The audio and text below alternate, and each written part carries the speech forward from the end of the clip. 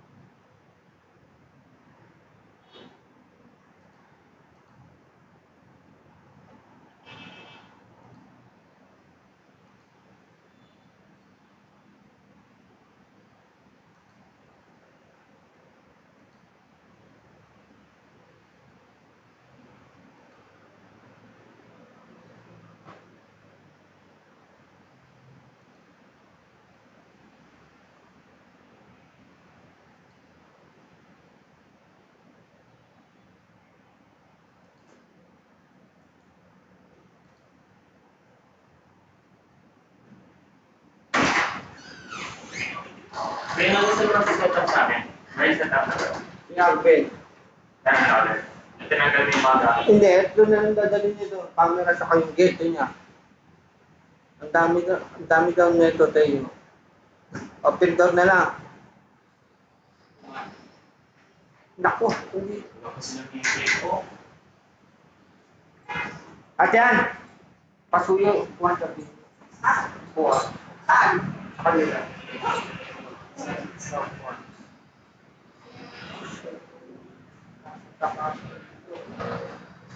Dito, ako po.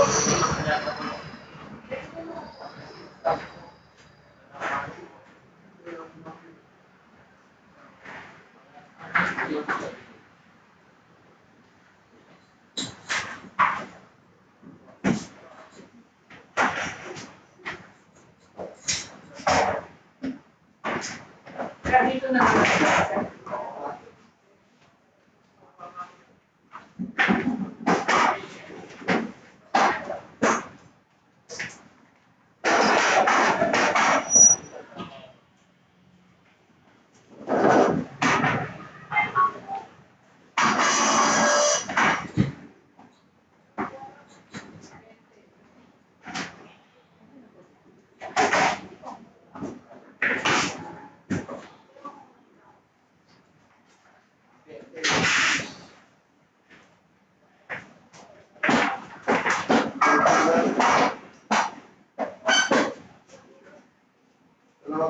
Yes, po.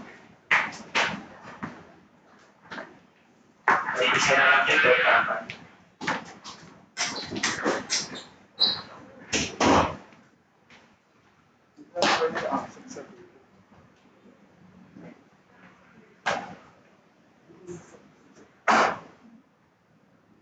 Sila yung back numbers.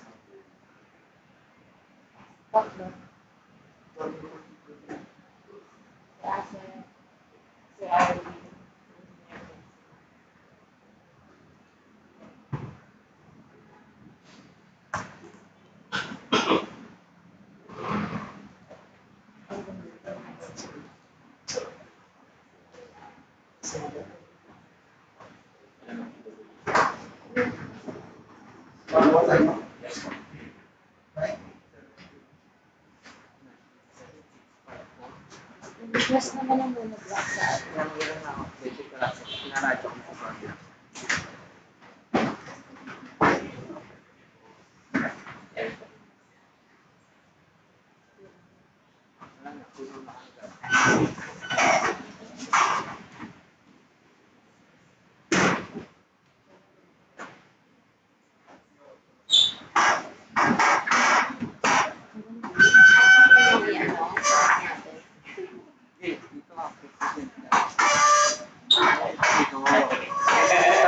Pwede ba yan?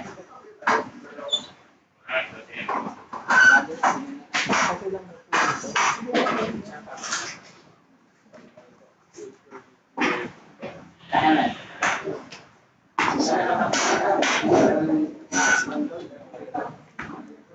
Wala na.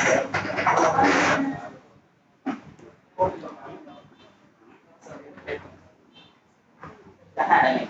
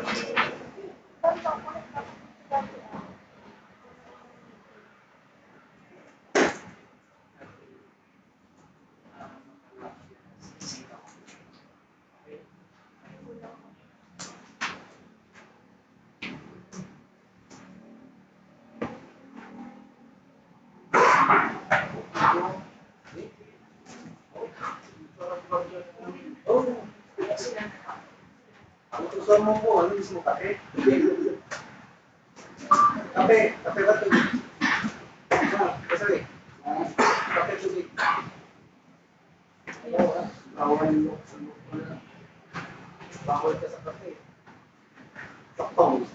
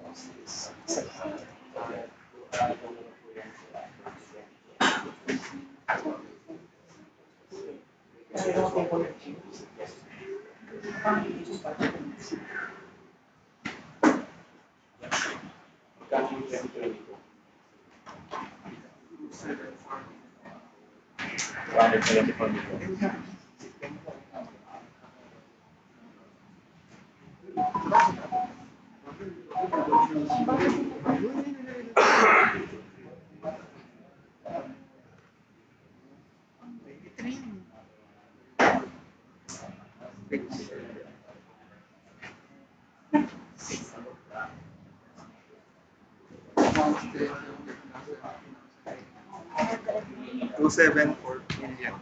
274, tapos yung isa, 452. Ako, 452 million.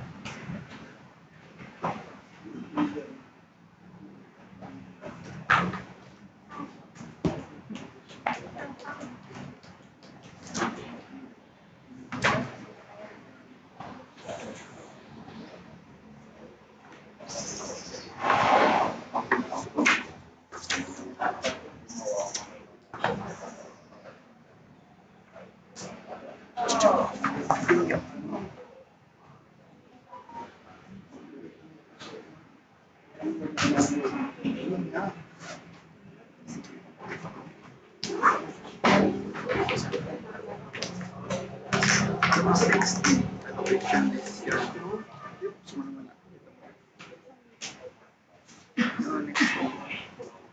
Yung wala. Ito mo ba?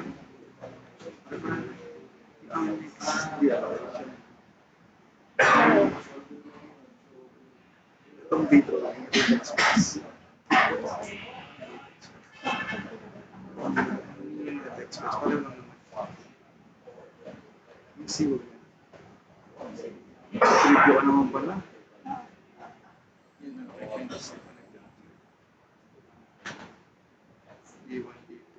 D1, 10%. Ganun din sa akin. 10% for disability. Sa regular cost.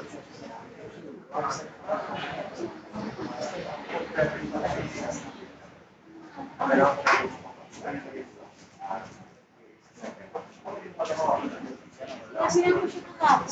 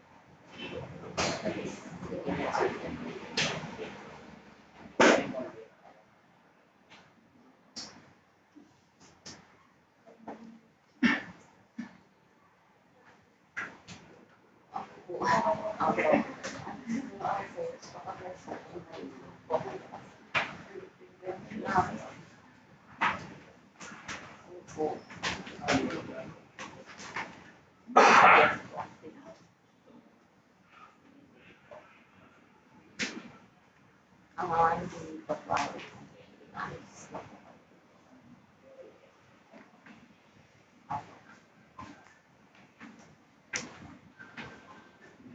Hindi lang po ako sa Apo, yes.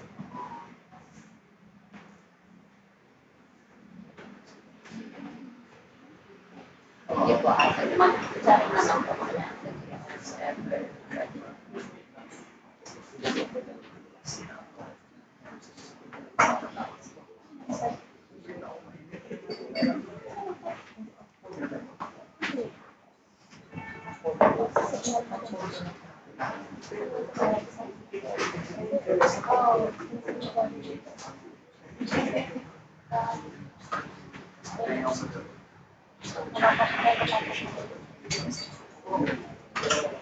Yan ako madalas.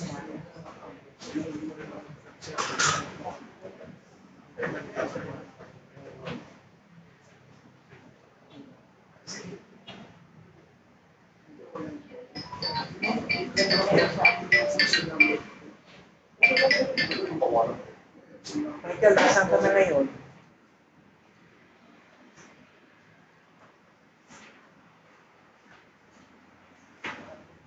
Hindi ba binibigay sa yung plastic? Si yung driver ko, yung plastic envelope, nandiyan sa loob, ang basahin. So hindi pa siya nakakarating. Pagka dumating siya, hintayin mo siya kasi hindi ka pwedeng umalis na wala mo.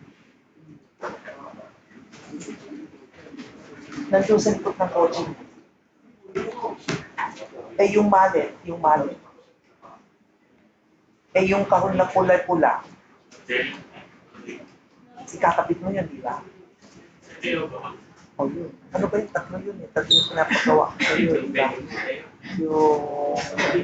Yan, basahin ko nga. Ano ba yung sa yun? Basahin. Anong goma? Oo, yun. Ilalagay yun. Tapos yung DR, hinihintay ka ni Sir ngayon, Christian, hinihintay ka. Hintay mo lang si kasi alas 10 ang meeting. Alas 10. So, magmotor. Kailan dala?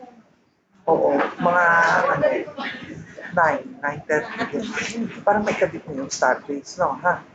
Hintayin mo, parating na siya, ha? Okay, sige. Okay.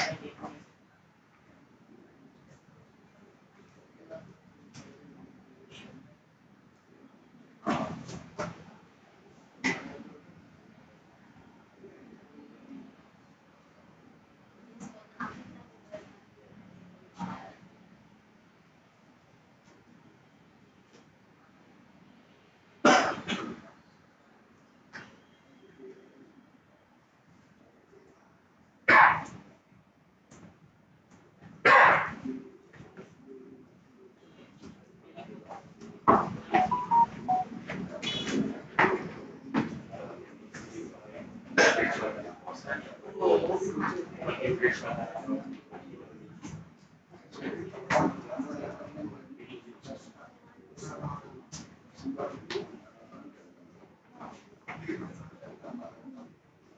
yung additional? Saan yung additional? Oh, nanambasag ko kayo sa ano, Meron na ako.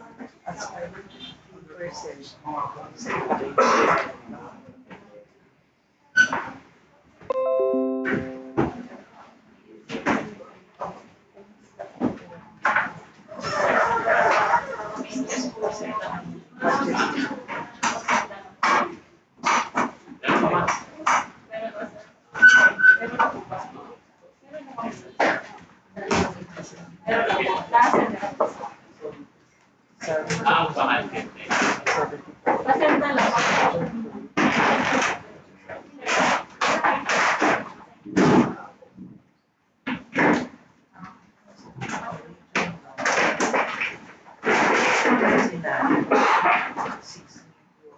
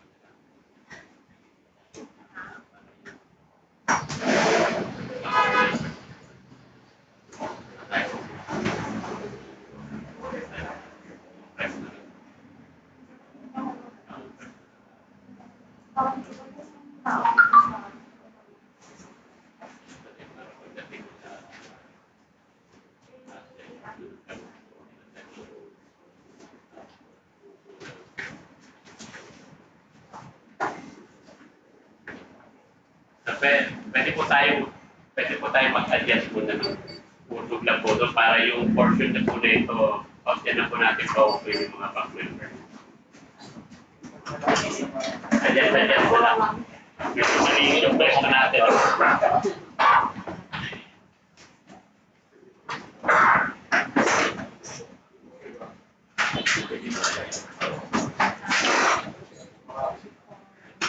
Stay muna ko na.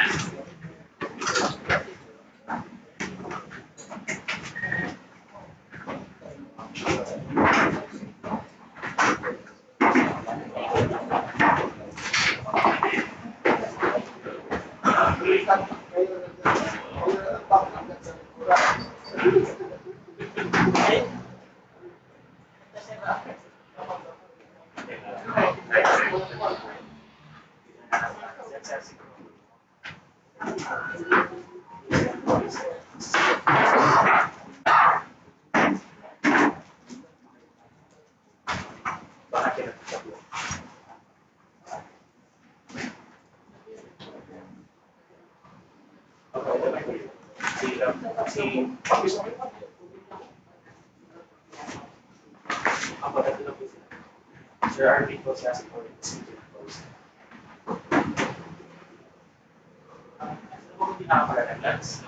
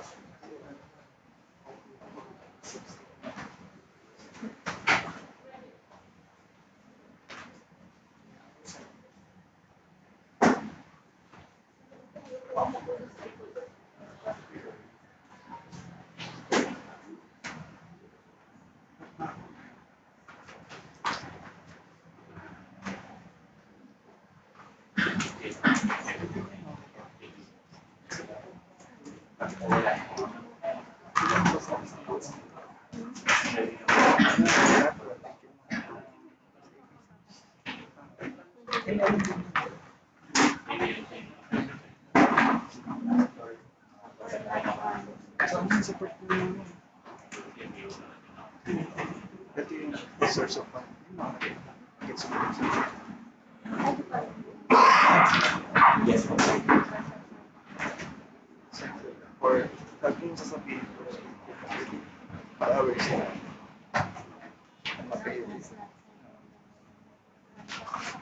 Isang kabila. 2020 naman.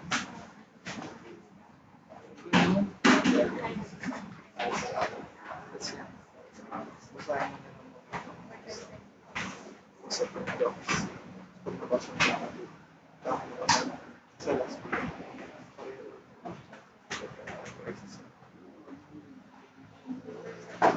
Pasok na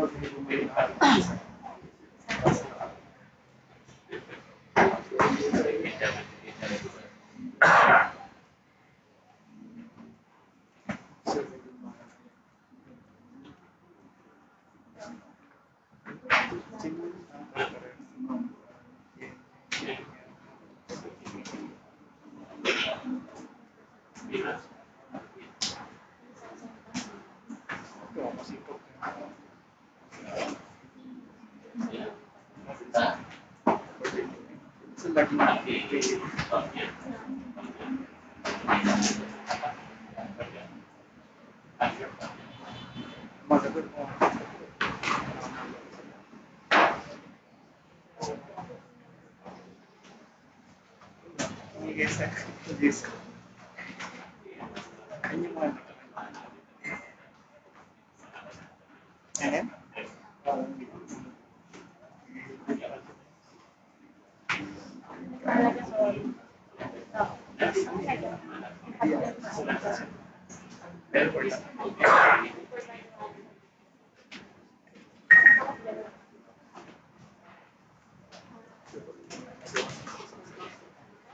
Sorry.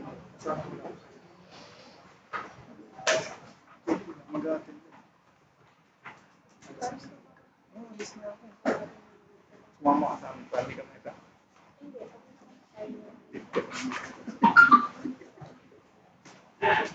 Hindi kain na lang. Nagtuloy yung mga posting.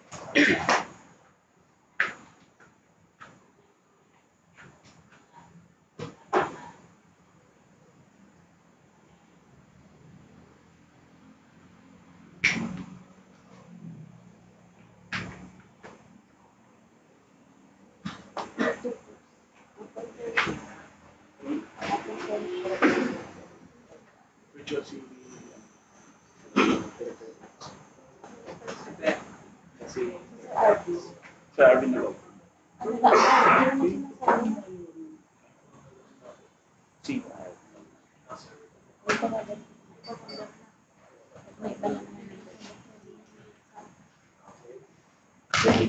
May iba naman. Level 17.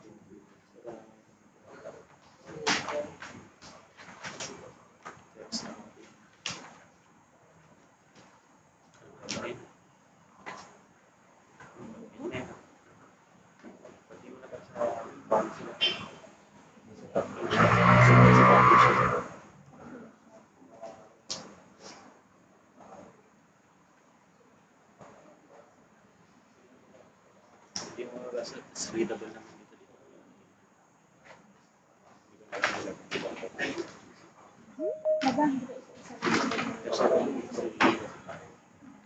Meron na dito. Meron din dyan. Number 8 at saka number 8. Hindi ko na nalabas.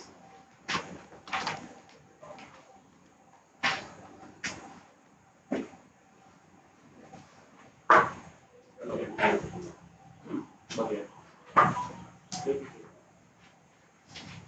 Bagay.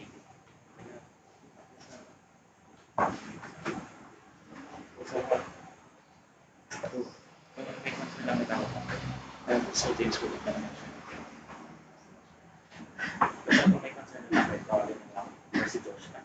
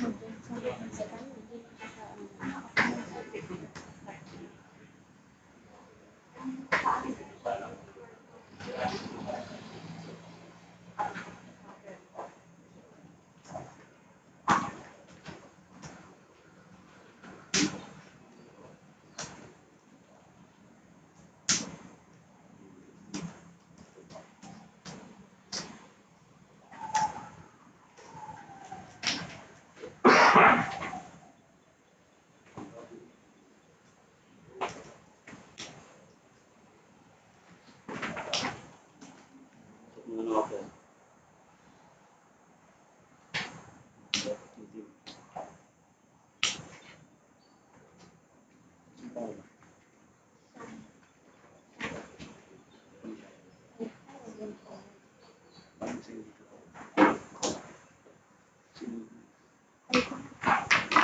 Sorry.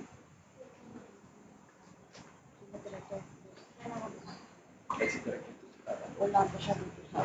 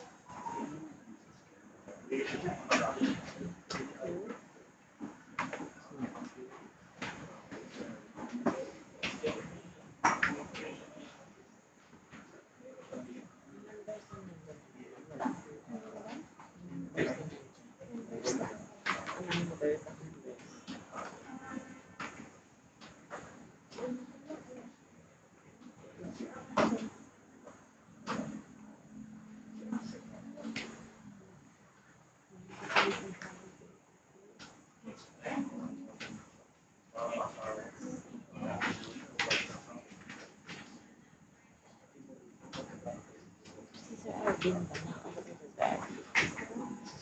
Sila yan ko director sa kanila kaya punta pa online si Ash siya si director pero hindi dyan siguro yung mga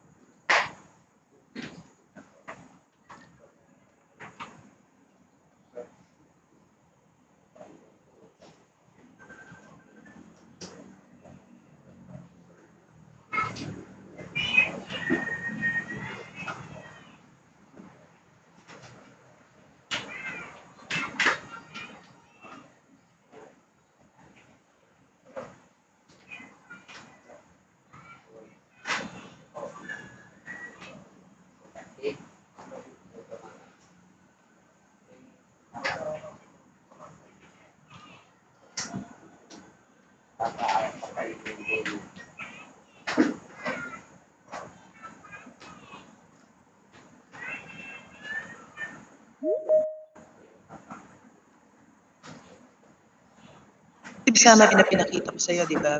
In-edit na yun ni Ate Belen din. Naka-update na rin siya. Sige, ma'am. Request Sige. po.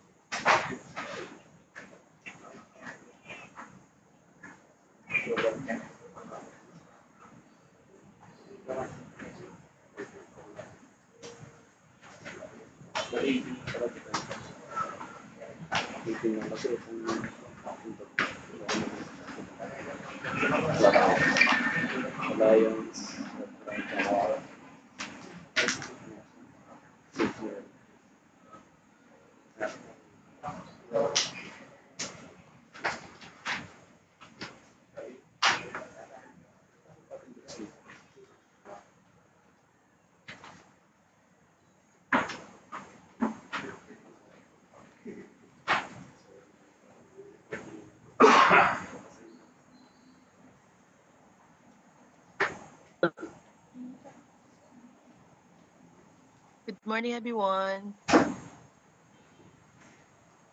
Good morning, good morning, good morning.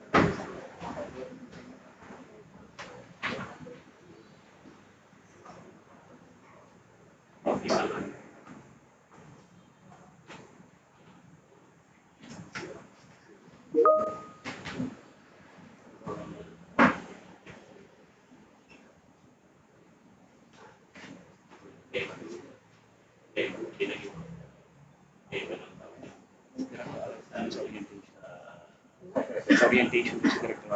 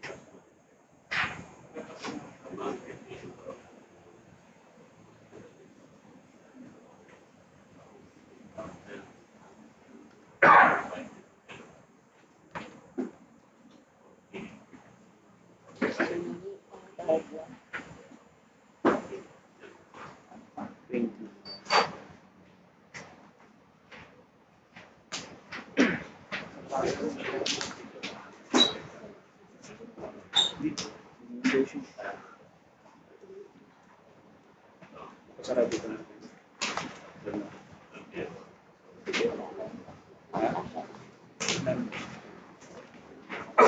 Check na.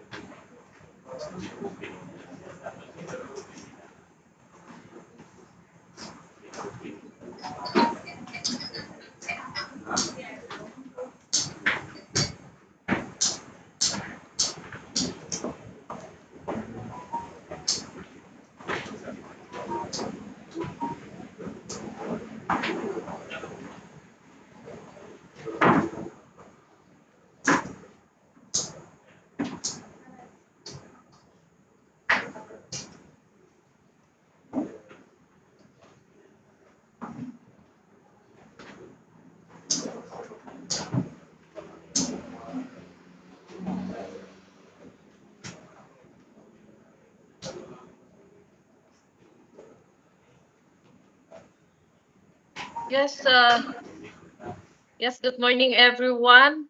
Welcome to the, can you hear me, Yes po. Secretariat? Okay, so again, good morning, everyone.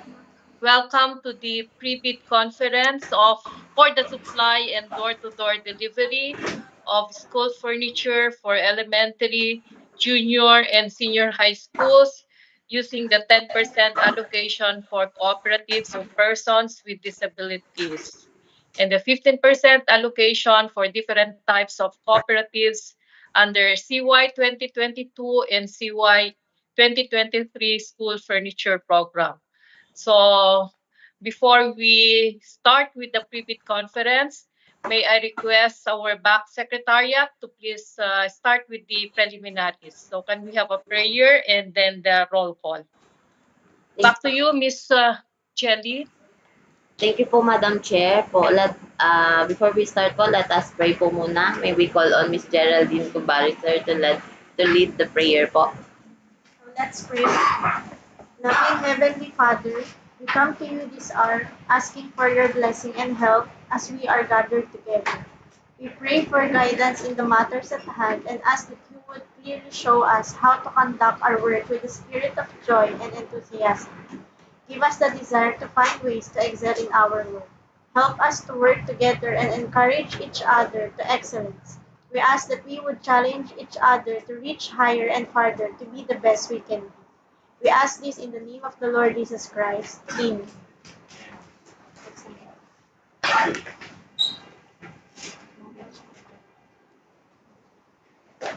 Yes, thank you for that prayer. Secretariat, can we transact business? Yes po, Madam Chair. Yes, please present all the attendees. Yes po. So, good morning po again. Before we start po, let us acknowledge the presence of our chairperson, ASEC Alma Ruby Sitorio. Good morning po again, ASEC. Yes, good morning. Also, we have here our regular member, Director Susana S. Santiago. Good morning po, Director. Good morning, Madam Chair. Good morning, fellow members, Secretariat, and everyone. We also have our two provisional member present here physically. We have Sir Arvin Valenzuela. Good morning po, sir. Good morning po, Madam Chair, and good morning po to everyone. And Engineer Luis G. Purisima Jr. Good morning po. Magandang umaga, Madam Chair. Magandang umaga po sa inyo dyan. We also have from our TWG member, we have Miss Engineer Myrna Sumailo.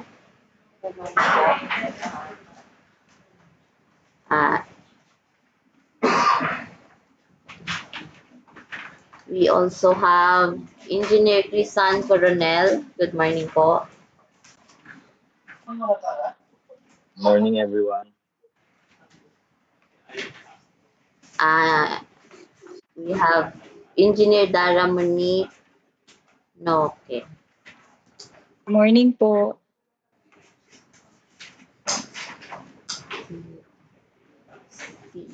Also, we have Engineer Aldrin C. Tagaw. Good morning po, everyone. We have Architect Raymond Alabaso. Pagpalang umaga po sa lahat. And Engineer John Paul Ricardo. Good morning po sa lahat. We also have from the end user representative po, we have Engineer Annabel Pangan. Good morning po, Engineer. Morning po. From the back secretariat, we have Mr. Rodrin Bala, Miss Geraldine Kumbali, sir, Miss Shana Grace Hebrion, and I am Jelly Anthelis Choso. We also have here our supervising administrative officer from back secretariat, Mr. James Ronald Ipiernas po. Good morning po, Sir James. Good morning po, Madam Chair and everyone.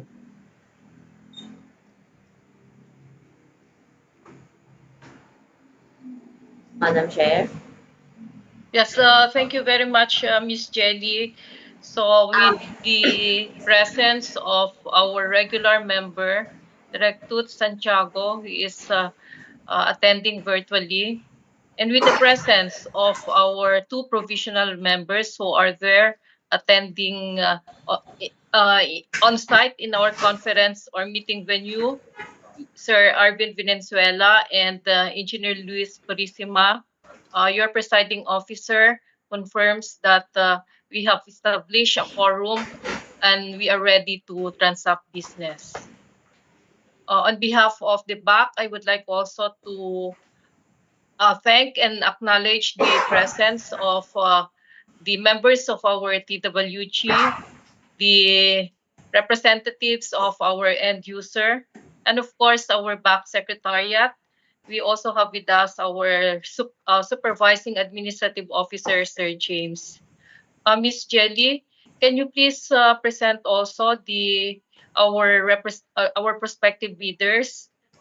And please inform us also if you had invited the observers for our to be present during this pre-bid conference. Ms. Jelly, over to you.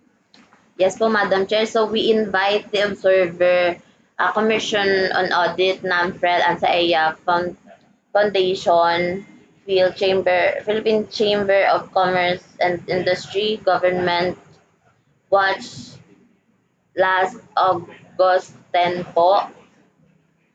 Then for the bidders naman po, ASEC, we have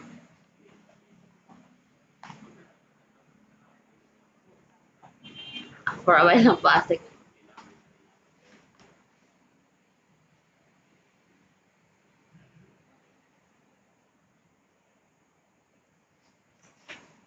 So before you present our prospective bidders, may I know, Ms. Jelly, if the invited observers are attending virtually or physically present in our meeting venue? None po, Madam Chair, from the observer po. Okay. But did they acknowledge receipt of the letters of invite for Yes them po. to attend this meeting? Okay, so please put that on record that we invited observers. They had acknowledged the receipt of the letter of our letter of invite, but failed to attend either virtually or physically our pre-bid conference. So please go ahead. Please present our prospective bidders for attending our pre-bid conference. Thank you po, Jelly. Thank you po, Madam Chair. So, for the prospective bidder po, if I call your company name po, just introduce yourself na lang din po. First, we have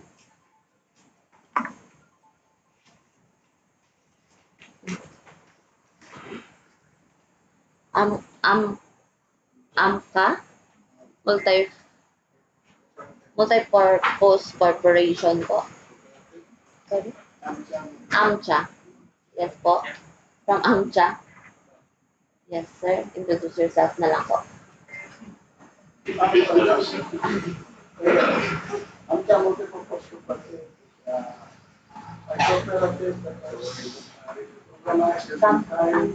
Lang po.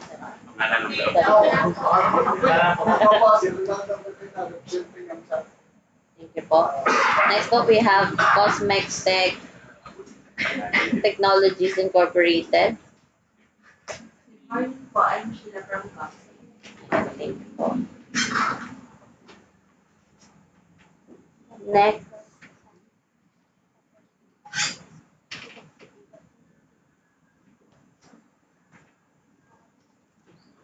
Next, we have Tanglaw ng Kapansanan. Sorry po. Sorry po, ano po yung buong name na Thank you po. Next po, we have Safra at MPC.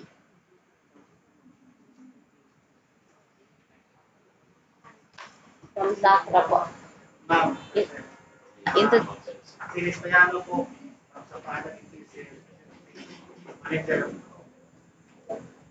thank you po, sir. Then we have Apex, Mother for Focus for Cooperative, Apex. Ayan.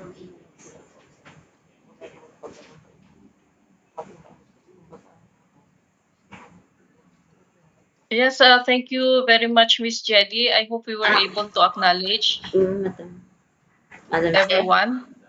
Sorry po, Yes, Madam yes, Chair. please. We have 22 representative po from bidders. Siguro po Okay. ano na lang po, isa-isa na lang po ito na. Maintindihan po. Sige po, sir. Start po tayo kay sir. I'm Irene Ong from Distinctive Clients and Office System. I'm not a cooperative. Pwede bang, hindi cooperative o kailangan cooperative lang? Just finish first yung mga introduction ng mga Oo, baka, discuss it na lang mamaya. sige. Good morning, Melvin Tomarong po from Aurora Integrated Multipurpose Cooperative. Christine Geronimo from Apex Multipurpose Cooperative.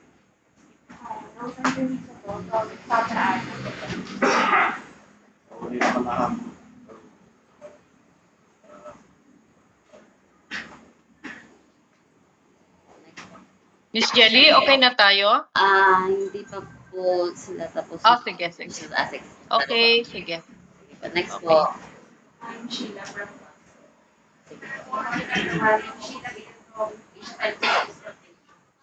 Sunshine Dago, Sito Caldo.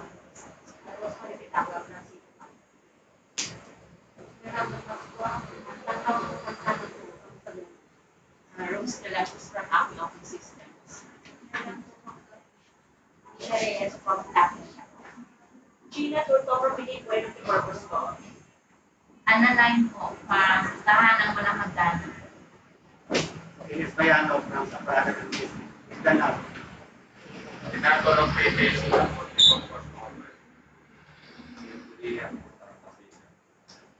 Rest of person like Mary PWC ko. At si Becky po, hindi mo ito yung office cooperative. Michael po from North London. All process mo makaya sa Isabel. Pagkalabuhin po sa pangalan. Pwede na sinabi ko for MCI sa process.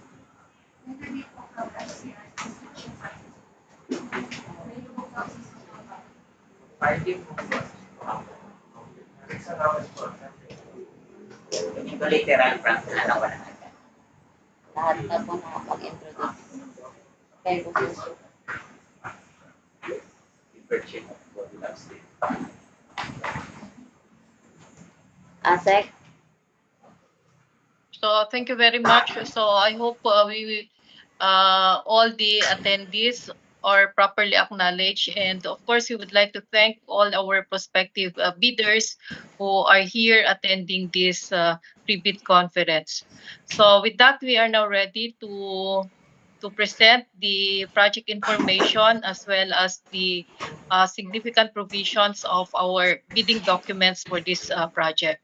So may I give the floor to the back secretariat or the person in charge of the project? Ms. Jelly? Thank you po, ASEC. So, the purpose po of this pre-bid conference is to clarify and address bidders' questions on the different aspects of the procurement at hand for bidders to fully understand the requirements. Note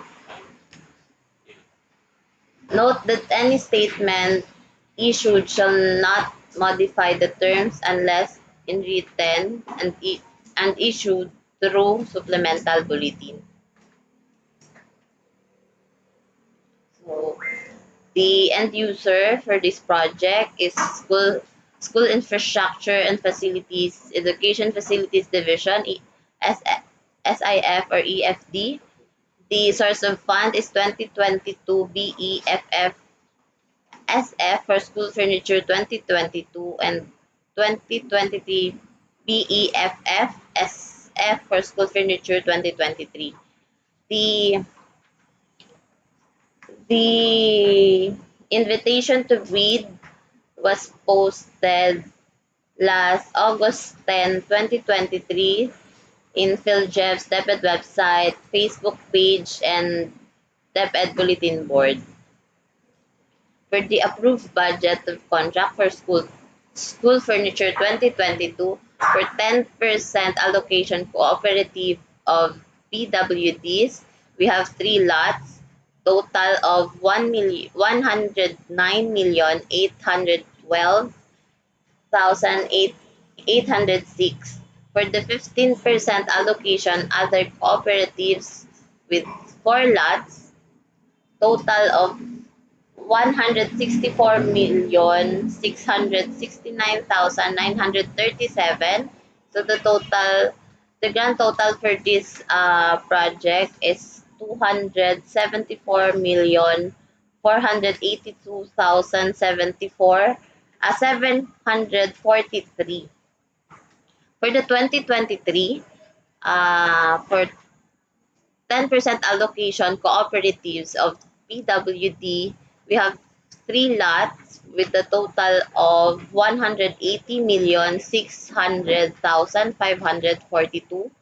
For the 15 allocation other cooperatives, we have 4 lots, total of 271,418,707 with a grand total of 452,019,249. The issuance of bidding documents is last August 10, 2023. The cost of bidding docs per lot for 2022 for lot 1 we have 6,000, lot 2 for 4,700, for lot 3 9,300, for lot 4 7,000, for lot 5 5,700, for lot 6 9,000, for lot 7 8,300 with a total of 50,000. For the 2023, for lot 1, 8,300, for lot 2, 7,700, for lot 3, 4,000, for lot 4, 9,000, for lot 5, 7,300, for lot 6, 7,000, for lot 7, 6,700 with a total of 50,000. Payment in check should be made payable to the DECS OSEC Trust. Bidding documents may be downloaded at the following website. Notices.philjeffs.gov.ph or www.deped.gov.ph. As of August 17 today, we have 1 bidders who bought the bidding documents po. The pre-bid conference is open to all interested parties who have or have not bought the bidding documents yet. For the other information po, Madam Chair, may we call on Ms. Geraldine Kumbali, sir, to discuss po the salient points.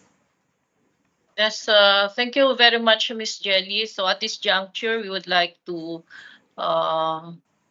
acknowledge Ms. Geraldine to present the salient provisions or other important information of this project.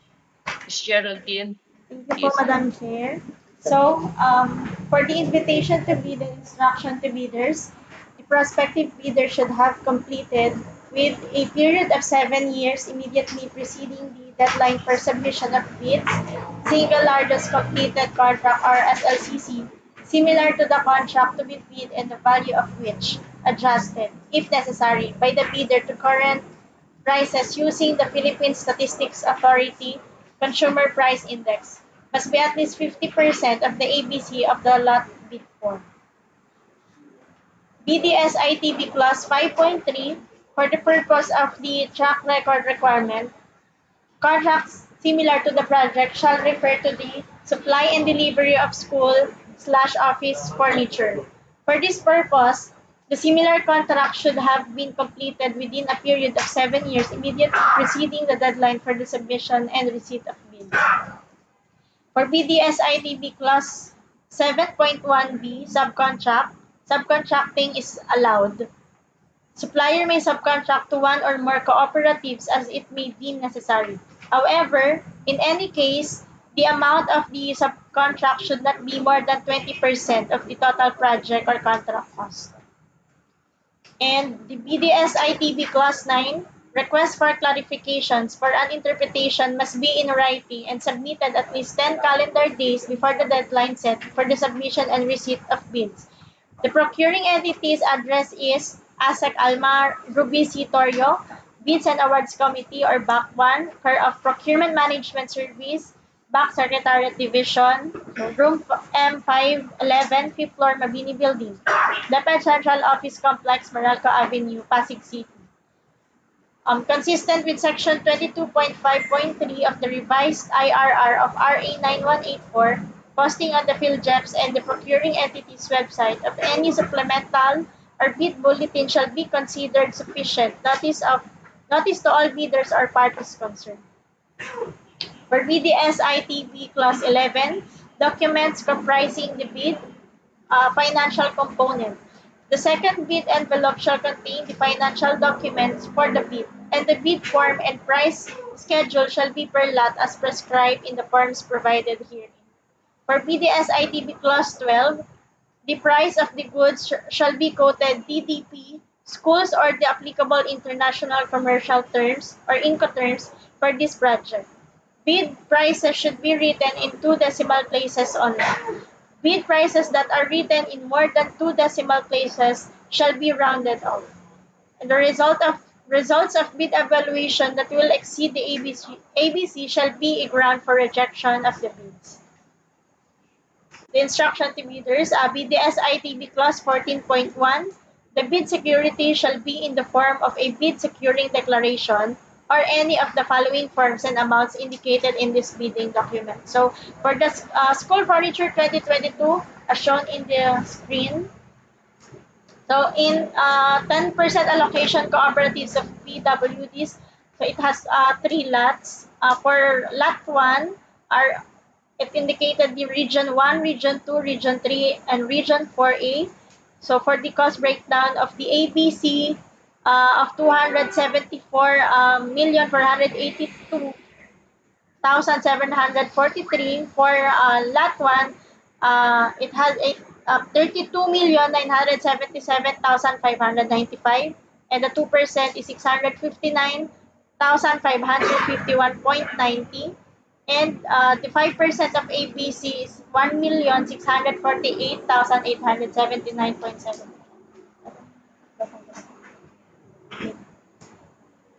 So for the 15% allocation in other cooperatives, also shown in the screen.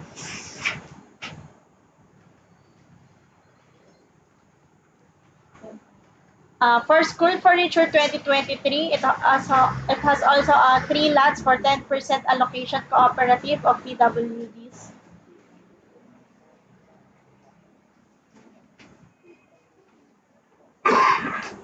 So this can be viewed in the bidding documents also. And here is the 15% allocation other cooperatives. Okay, so BDSITB Clause 14.2, bid securities other than a bid securing declaration shall be turned over to the DepEd Cash Division for custody. The bid securing declaration shall be under the custody of the BAC Secretary. Bid security shall not contain any deletion, crossing out, expansion, or any form of correction. Otherwise, DepEd may reject such security if any such intercalation, superimposition, or alteration affects any material information or feature of the document. So for BDSITB Clause 15, bidders shall enclose their original eligibility and technical documents in one sealed envelope marked original technical component and the original of their financial component in other sealed envelope marked original financial component. In addition, the bidder shall submit a copy of each of the technical component and the financial component or hard and soft copies of their bids in separate envelopes respectively. Then, the bidder shall seal and mark the original and the copies of their bids. In the event of any discrepancy between the original and the copy, the original shall prevail. Original copies of the Class A eligibility legal documents such as the SEC, TTI, or the CDA registration certificate and the mayor's permit may not be submitted on the date and the time of the bid submission. However, the bidder must be able to present such original copies during post-qualification on demand by the bank or its authorized representative. So here's the illustration for the okay. Let's go.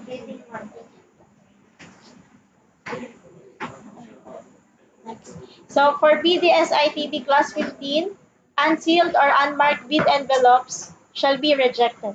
However, bid envelopes that are not properly sealed and marked as required in the bidding document shall be accepted, provided that the bidder or its duly authorized representative shall acknowledge such condition of the bid as submitted. The bank shall assume no responsibility for the misplacement of the contents of the improperly sealed or marked bid or for its premature opening, and online submission of bids is not allowed. So, for BDS ITD Class 19.3, the project shall be awarded by lot.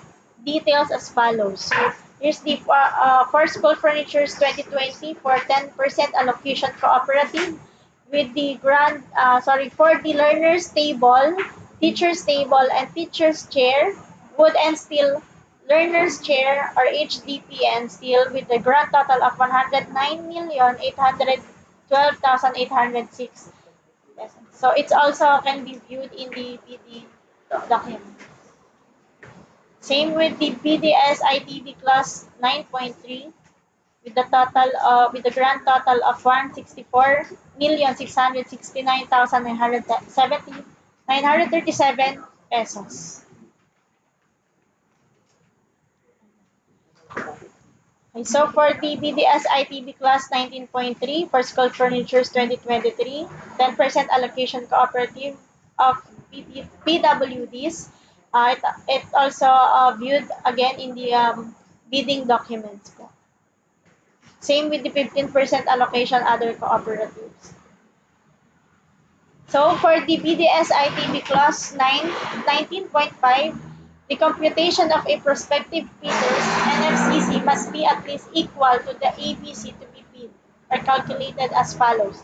NFCC are the current assets minus current liabilities, 15 minus the value of all outstanding or uncompleted portions of the projects under ongoing contracts, including awarded contracts yet to be started. The values of the domestic bidder's current assets and current liabilities shall be based on the latest audited financial statement submitted to the BIR. For the purposes of computing the foreign bidder's NFCC, the value of the current assets and current liabilities shall be based on their audited financial statements prepared in accordance with the International Financial Reporting Standards, or 23.5.1.4a. If the prospective bidder submits a committed line of credit, it must be at least equal to 10% of the ABC of the lot or lots bid for, provided that if the same is issued by a foreign universal or commercial bank, it shall be confirmed or authenticated by a local universal or commercial bank. Uh, for BDS ITB class 19.5, in any case, the NFCC computation or committed line of credit must be sufficient for all the lots or contracts. The NFCC computation shall be in accordance with the prescribed form. So in case of a joint venture, the NFCC shall be computed based on the audited financial statement of the local lead partner, unless it is shown by clear proof that the other partners to the joint venture have infused capital investment to support the operation of the local lead partner to ensure compliance with the obligations under the contracts in this project. in which case the NFCC of the foreign joint venture or the minority partner of the joint venture shall be computed. For this purpose, the local lead partner shall be that person, organizations, or company identified in the joint venture agreement or in the letters of intent for potential JV partners, shown to have the controlling stakes in the JV. For easier reference, participating JVs or prospective JVs partners must indicate in their JVAs or letters of intent the local lead partner appointed by them.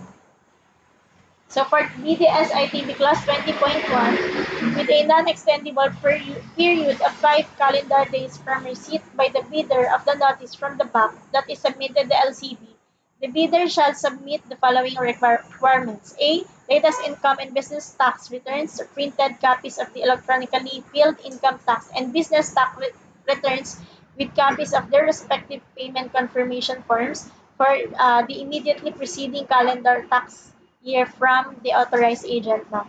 Only tax returns filed and taxes paid through the BIR electronic filing and payment system shall be accepted. Note that the latest income and business tax returns are those within the last 6 months preceding the date of bid submission. B. Certification from the National Council for Disability Affairs stating that the cooperative is a cooperative of person with disability or for cooperatives of PWD. Letter C, Certificate of Compliance issued by the Cooperative Development Authority or the CDA for cooperatives of PWD. Letter D, Certification from DOSTFPRDI for learners chairs for elementary and secondary. Sorry. Letter E, one sample of each of the following: elementary individual learner table and chair set, junior high school individual learner table and chair set, senior high school individual learner table and chair set, and teacher's table and chair set.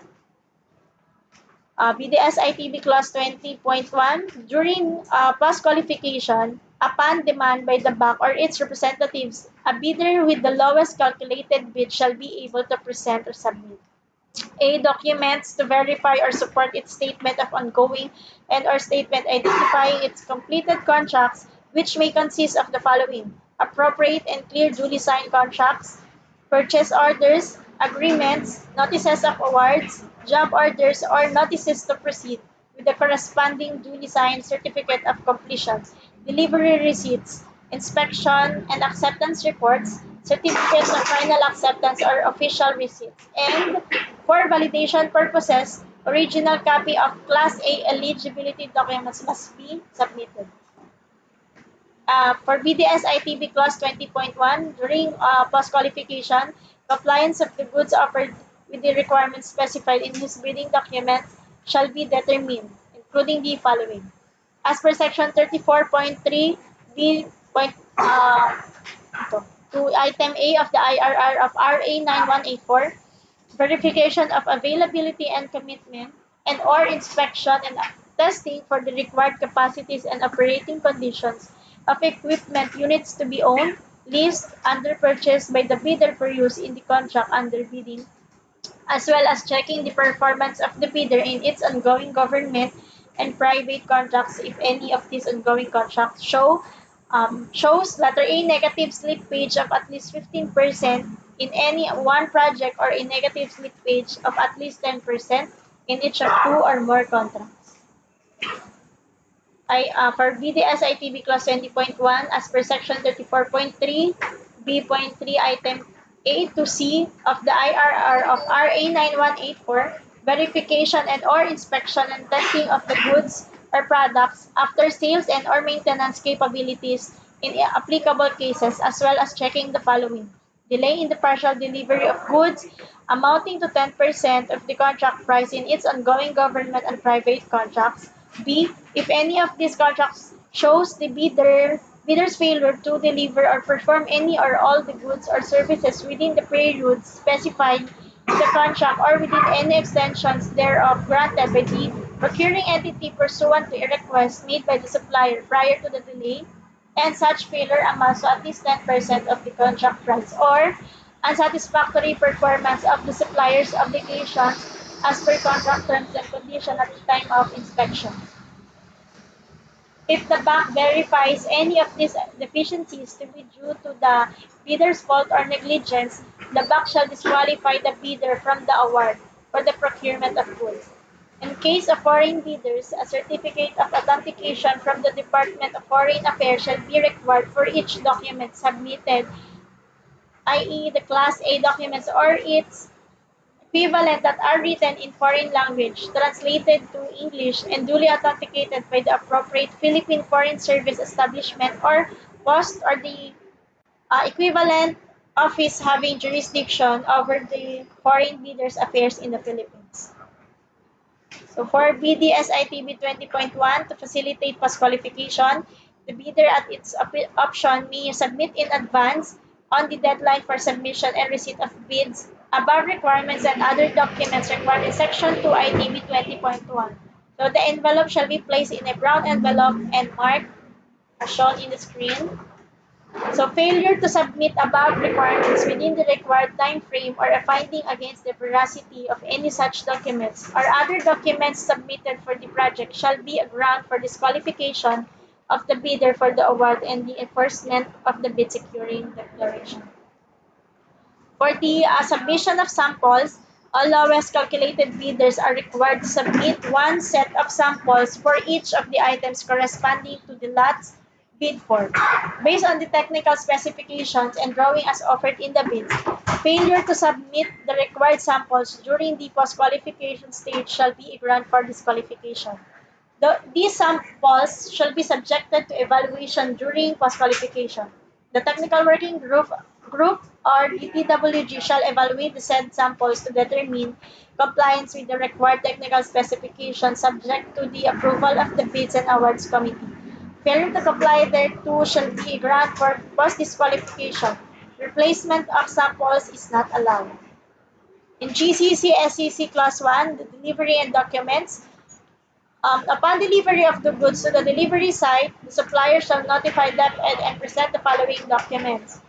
One original and 4 copies of the supplier's invoice showing goods description, quantity, unit price, and total amount. Next is the original and 4 copies of the manufacturer's and or supplier's warranty certificate where applicable. A third, original white copy and scanned copy stored in CD, DVD, flash drive of the pre-numbered inspection and acceptance report or IAR, and delivery receipt, detailing number and description of goods received and duly signed and dated by the authorized receiving personnel. In case the supplier encounters conditions impeding timely delivery of the goods, it must promptly notify DepEd in writing within 5 calendar days from notice of such conditions, and any request for work suspension and or contract period extension shall be promptly done in writing as soon as circumstances for such request have become apparent. The supplier must provide sufficient proof to support any request for work suspension and or contract period extension. In GCC, SCC Class 1 Incidental Services, the supplier is required to provide all of the following services, including additional services, if any, as follows. A. Delivery should be assembled and provided with buffer. And performance or supervision or maintenance and or repair of the supplied goods for a period of time agreed by the parties, provided that this service shall not relieve the supplier of any warranty obligations. The contract price for the goods shall include the prices charged by the supplier for incidental services and shall not exceed the prevailing rates charged to other parties by the supplier for similar services. So for packaging, the supplier shall provide such packaging of the goods as is required to prevent their damage or deterioration during transit to their final destination, as indicated in this contract. The packaging shall be sufficient to withstand, without limitation, rough handling during transit and exposure to extreme temperatures, salt and precipitation during transit and open storage. Packaging case size and weights shall take into considerations, where appropriate, the remoteness of the goods' final destination and the absence of heavy handling facilities at all points in transit. For insurance, the goods under this contract shall be fully insured by the supplier in a freely convertible currency against loss or damage incidental to manufacture or acquisition, transportation, storage, and delivery.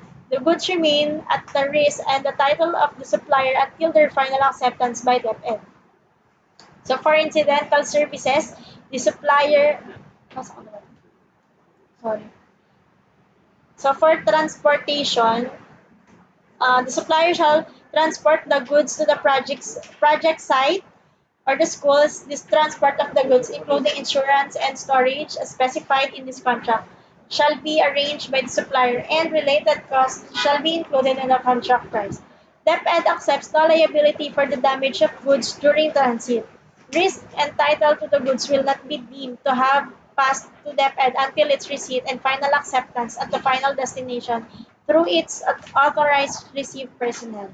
So for intellectual property rights, the supplier shall indemnify DepEd against all third-party claims of the infringement of patent, trademark, or industrial design rights arising from use of the goods or any part thereof. So for the schedule of payment, the method and conditions of payment to be made to the supplier through the government disbursement procedure within 60 days after the date of acceptance of goods at the project site and upon submission of documents under this contract shall be as follows. For the progress payment, a minimum of 25% of the contract price shall be paid to the supplier upon delivery of at least 25% of the goods and acceptance of the same by an authorized representative of DepEd. The supplier may submit a request for payment based on progress reports which shall be attached to the progress billing and include the following. First is the quantity of goods delivered based on the schedule of delivery and other relevant terms and conditions of the contract. Second, the duly signed delivery receipts and duly signed inspection and acceptance reports including certification by supplier as approved by the duly authorized representative of DepEd that the goods have been delivered and or properly installed and commissioned in accordance with the contract. Other delivery documents as may be subsequently prescribed by DepEd shall be provided by the supplier.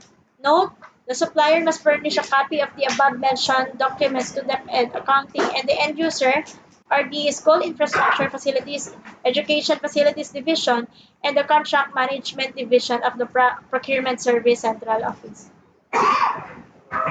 Payment shall be subject to the warranty provision in the form of either retention money in an amount equivalent to 3% of every progress payment or special bank guarantee in the amount equivalent to the 3% of the contract price as provided under Section 62.1 of RA 918 for its revised IRR. So for final payment shall consist of the full and final payment of the unpaid inspected and accepted goods subject to the submission of the required documents under the bidding documents. Release of the retention money or the remaining amount in case it has been utilized pursuant to the warranty provision shall be at the expiration of the warranty period. For the the performance security shall be posted in favor of DepEd and shall be forfeited in the event it is established that the supplier is in default of any of its obligation under the contract. The supplier shall be responsible for the extension of its performance security and or renewal of its performance security whenever necessary and without need of prior notice or instruction from DepEd to ensure that it is in force and effect for the whole duration of the contract delivery period and until a certificate of final acceptance is duly issued. Performance security shall not contain any deletion, crossing out, expansion, or any form of correction. Otherwise, DepEd may reject such security if any such intercalation, superimposition, or alteration affects any material information or feature of the document. So for the inspection, the inspection or pre-delivery inspection, where applicable for goods to be delivered, shall be conducted by DepEd through the duly designated inspectorate team. The inspection of or PDI shall be made upon notice to the DepEd of the readiness of the goods for inspection. In case the inspection of goods will be conducted by the designated inspectorate team of the DepEd Central Office, the supplier shall coordinate with DepEd through the Procurement Management Service, Contract Management Division, on the conduct of inspection or pre-delivery inspection. Any request for inspection or PDI shall be done in writing and contain the following information. A.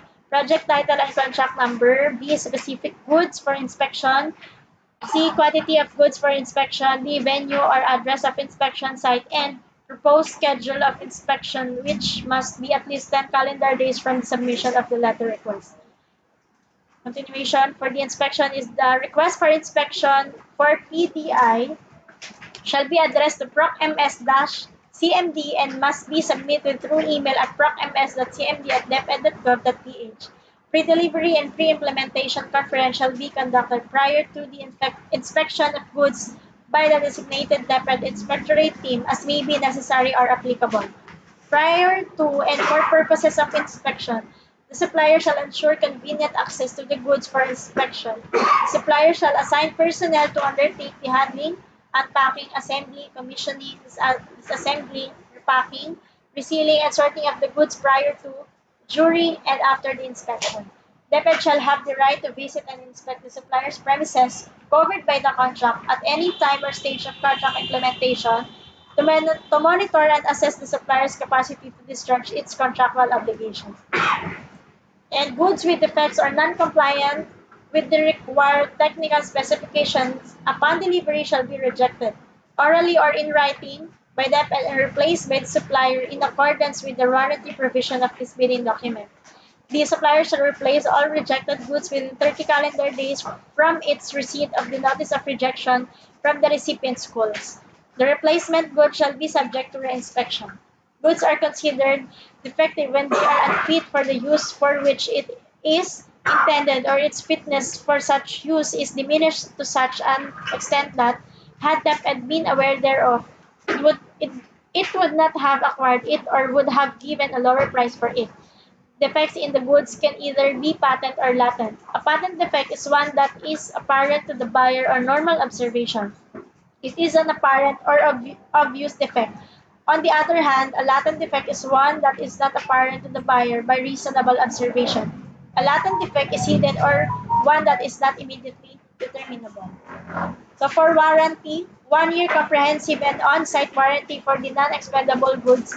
The said warranty period shall recon from the date of issuance of the certificate of financial acceptance by the DepEd that the delivered goods have been duly inspected and accepted, i.e. final acceptance. Repair of the goods shall be within the warranty period.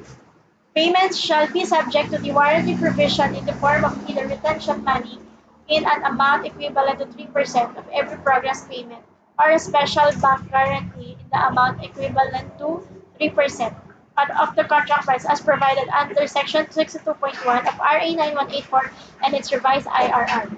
In case the supplier opts for retention money, the amount shall only be released after the lapse of the entire warranty period unless during the remainder of the warranty period, the retention money is substituted with a special bank guarantee as prescribed above. The special bank guarantee shall not contain any deletion, crossing out, expansion, or any form of correction. Otherwise, DepEd may reject such security if any such intercalation, superimposition, imposition, or alteration affects or any material information or feature of the document. So for the schedule of requirements, for school furniture 2021, as shown in the screen again, with a grand total of 153 number of sites. And for 15% allocation for the other cooperatives. And for the school furniture 2023, 10% allocation cooperative of PWDs. And for the 15% allocation of other cooperatives. So for contract duration, complete delivery shall be made within the contract period stipulated above from the date of receipt of the notice to proceed. And C, delivery site, goods shall be delivered and inspected at the schools stipulated in the allocation list. So for the pre-delivery inspection,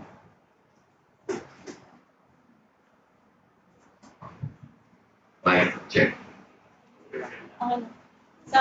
So for the pre-delivery inspection and acceptance at the delivery site, Pre-delivery inspection and acceptance of the goods shall be undertaken in accordance with DepEd Order Number 41 Series of 2021. Inspection and acceptance protocols for the procurement of goods in the Department of Education. Reminders on the delivery of goods. The supplier shall first, number one, deliver the goods in the right quantity and quality based on the contract agreement, allocation list, and specifications set by DepEd. Number two, notify the indicated authorized receiving personnel at the delivery site of the scheduled date of delivery at least 5 working days in advance and shall ensure that the authorized receiving personnel is present during the date and time of delivery. Number three, make delivery or deliveries to the recipient's schools on regular working days during office hours from 8 o'clock a.m. to 5 o'clock p.m. The receiving personnel reserves the right to refuse to receive or accept delivered goods made before 8 a.m. or after 5 p.m. and on non-working days. Fourth, ensure that delivery receipts, inspection, and acceptance reports and property transfer report are signed by the authorized receiving personnel and inspectorate team. Number five, request a certificate of acceptance signed by the authorized representative of the schools. And six, retrieve and replace defective or rejected goods within a 30 period from the concerned recipients at no cost to their own.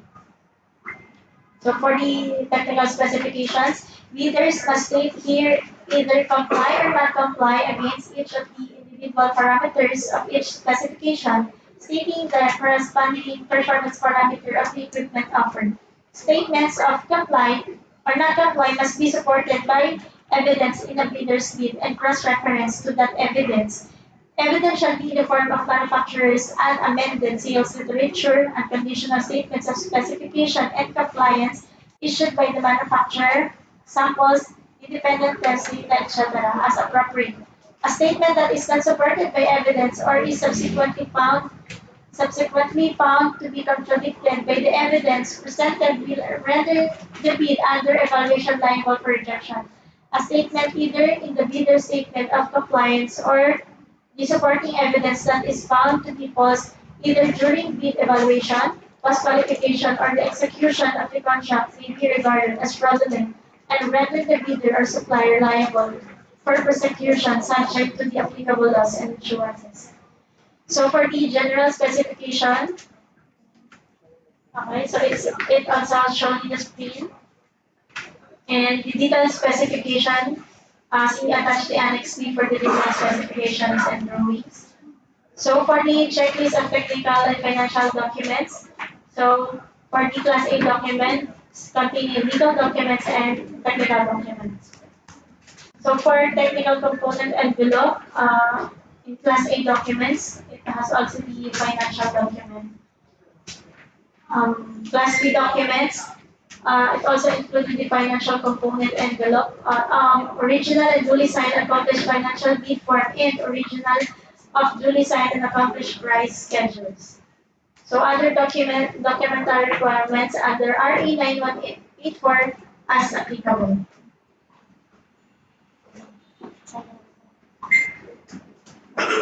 So for the deadline for submission and opening of bids, bids must be duly received by the Bank Secretariat on or before August 29, 2023, 8:30 a.m. And for the bid opening, August 29, 2023, at 9 o'clock a.m. And the venue is in Bulwagan, Nakarunungan, Rizal Building, Deped Complex, Meralco of Pasig City. Late bids shall not be accepted. So for contact rule, section 32.1 of the IRR of RA 9184, members of the bank, including its staff and personnel as well as its secretariat and TWG, are prohibited from making or accepting any communication with any bidder regarding the evaluation of their bids until the issuance of the notice of award. However, the bank, through its secretariat, may ask in writing the bidder for a clarification of its bid. All responses to requests for clarification shall be in writing. So for the deadline for letter of clarification, August 18, 2023, 4 p.m. Email to lepedcentral.backsecretariat@leped.gov.ph. And note, please use your official business email in sending your queries and or clarification. So, floor now open for questions. Okay, so yes. Thank you very much, Ms. Geraldine, for that very comprehensive presentation of our project. So we shall now open the floor to entertain questions, clarifications, or issues from our prospective bidders. And may I request Ms. Jelly Ann to please facilitate the open forum, as I might not be able to see those who will be raising their hand. So for those who would like to raise some questions, yung mga prospective bidders natin, pakitaas lang yung kamay so that you can be properly acknowledged. So back to you, Ms. Jelly Ann, please. Thank you po, Madam Chair. Good morning. Ang tahanan walang hagdanan po is non-government organization. So, hindi po siya cooperative. Pero, majority po ng mga workers namin, mga PWDs. Ang tanong po, pwede po ba kami sumali? Kasi po, napansin ko, naka-concentrate siya doon sa cooperative.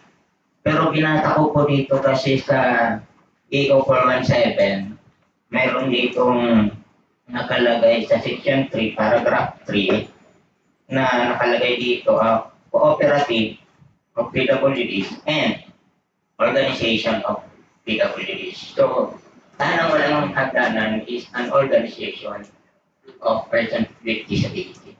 Pwede po kayo kami sumali. Thank you.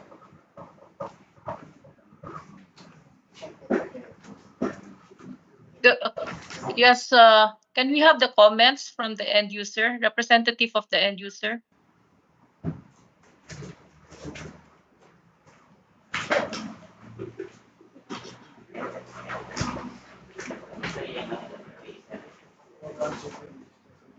Comments? Good morning, Madam Chair. Yes, Engineer Luis. Yes, That's you, Madam Chair, Engineer. depende sa question kasi we can cite the special provision of the General Appropriations Act for fiscal year 2022 and 2023, where it is earmarked that the budget for the school corridor 10% is earmarked for cooperatives of persons with disability, and the 15% is earmarked for regular cooperatives. And wala pong sinasabi doon na that we can pwede mag-participate yung hindi cooperative. But for non-cooperatives, kasi as I mentioned, yung budget po natin is 10% and 15% only. Yung bulk of the 75% will be needed by the regional offices. Doon po pwedeng sumali yung mga manufacturers, yung mga suppliers, yung interested bidders. Pwede po sumali pag nagpunta po ng bidding yung regional offices.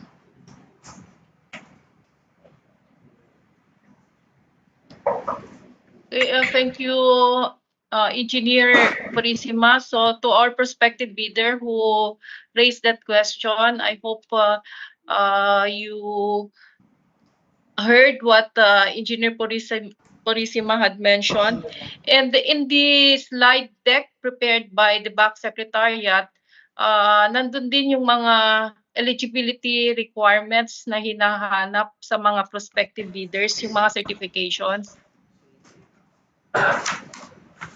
Pwede mo bang ma-flash yun, Geraldine? Geraldine? Yes po, Madam Chair.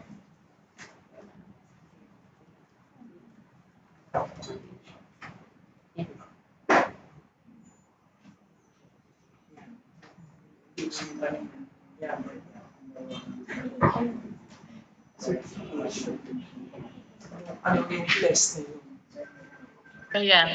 Ayan po. So, Engineer Purisima, please confirm no yung yung sinasabi mo, this is in relation also to the one of the certificates being requested to be submitted, certificate of compliance issued by the Cooperative Development Authority for cooperatives of PWD. Meron pa yatang isa dyan na certification? Pwede bang pakita rin yung isang slide?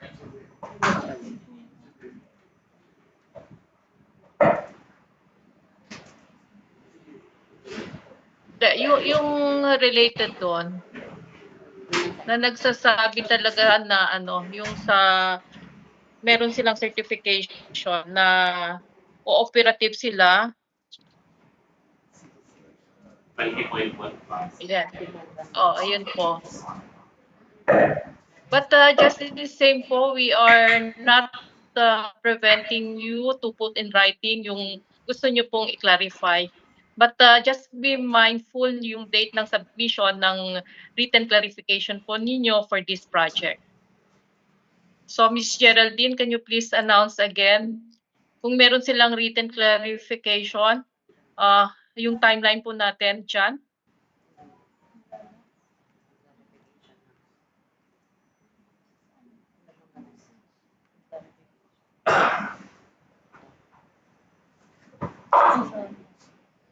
So for the deadline for letter of clarifications on August 18, 2023, 4 p.m. Thank you. Thank you po, Madam Chair. Ms. Jelly-Ann, may question, may ano pa tayo? Yes po, Madam Chair, may question po.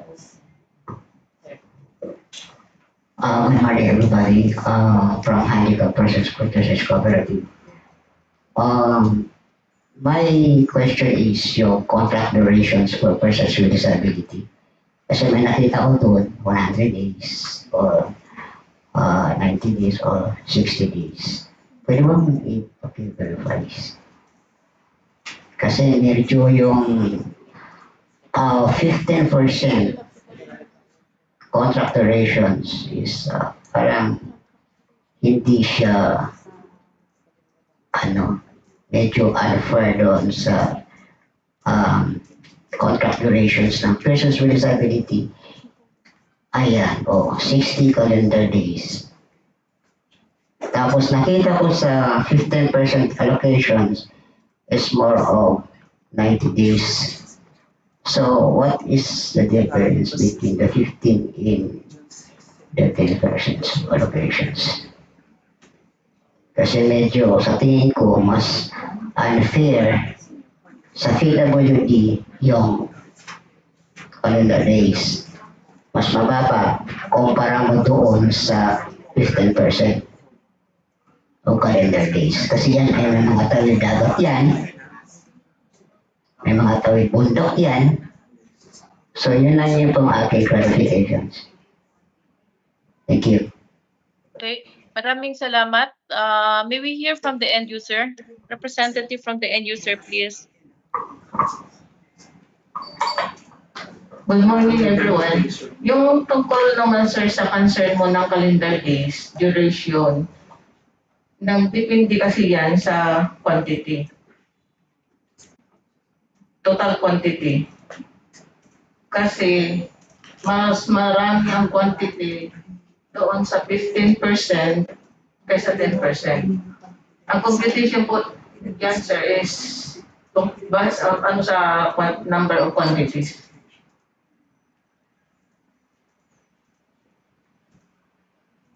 Pero ma'am, nagbe-base po kayo sa quantity ng bawat region. Pero hindi niyo po pina-verify kung saan banda ang recipient school ng kahit konti siya o quantity. Pero yung distance ng delivery of goods is probably traveling for how many hours. So dapat doon kayo nababase sa computations.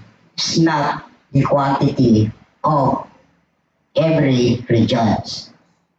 Yun lang po yung akin. Kasi in our experience is mas malayo ang delivery kasi hindi naman na-determine ng DepEd kung saan i-deliver. Although, kunwari, Makati, saan sa Makati? Di ba? So may provinces pa. Pagdating ng provinces, mayroon pang baryo. Oh, so yung transport or handling of the quantity, although konti lang, pero yung travel outside.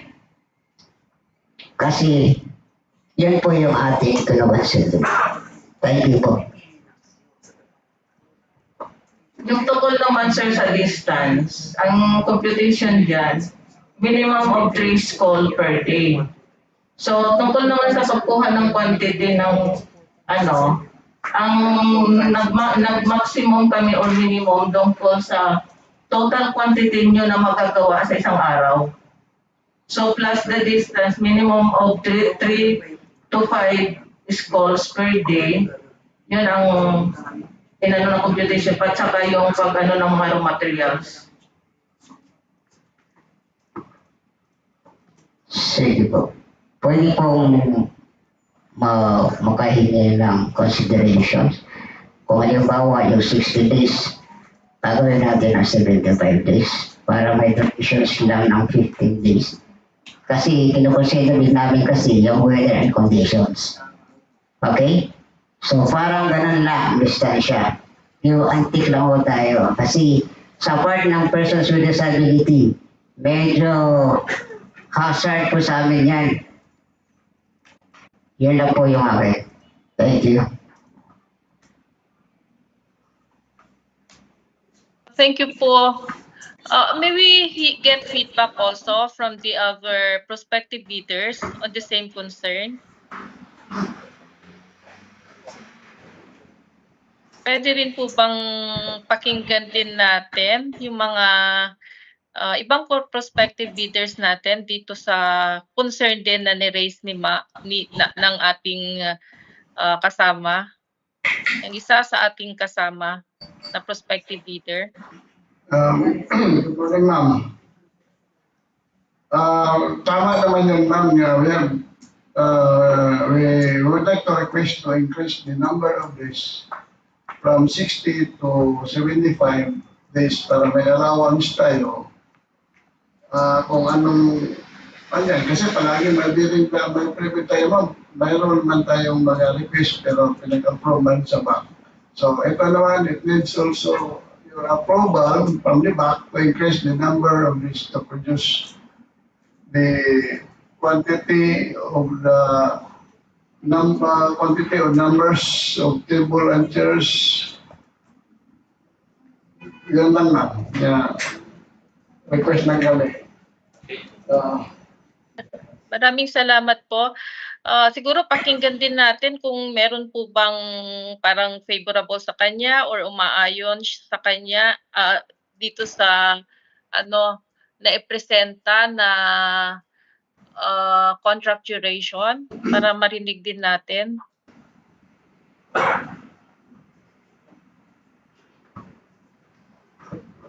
Magandang umaga po sa lahat. Ako po si Alice Bello ng Bigay-Boy Multipurpose Cooperative.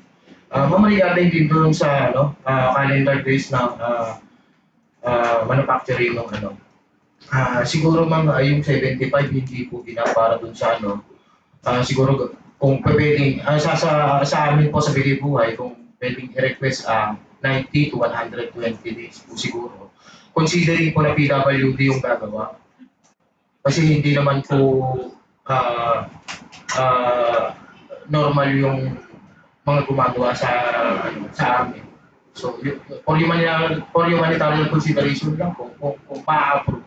Ako po, pinopropose ko po yung 90 to 120 days. Yun lang po. Maraming salamat po. Okay po, napakinggan po namin yung mga comments ninyo dito sa number of calendar days for the delivery dun sa project natin. Pag-uusapan po namin ng bakat saka end user. Yan po. Babalikan po namin yon. But muli, pinapaalala po namin na for now, yung mga na-present ngayon sa bid documents natin, yun po ang ayan po will prevail. In case na meron pong pagbabago, this will be issued through a bid bulletin or supplemental bid bulletin po.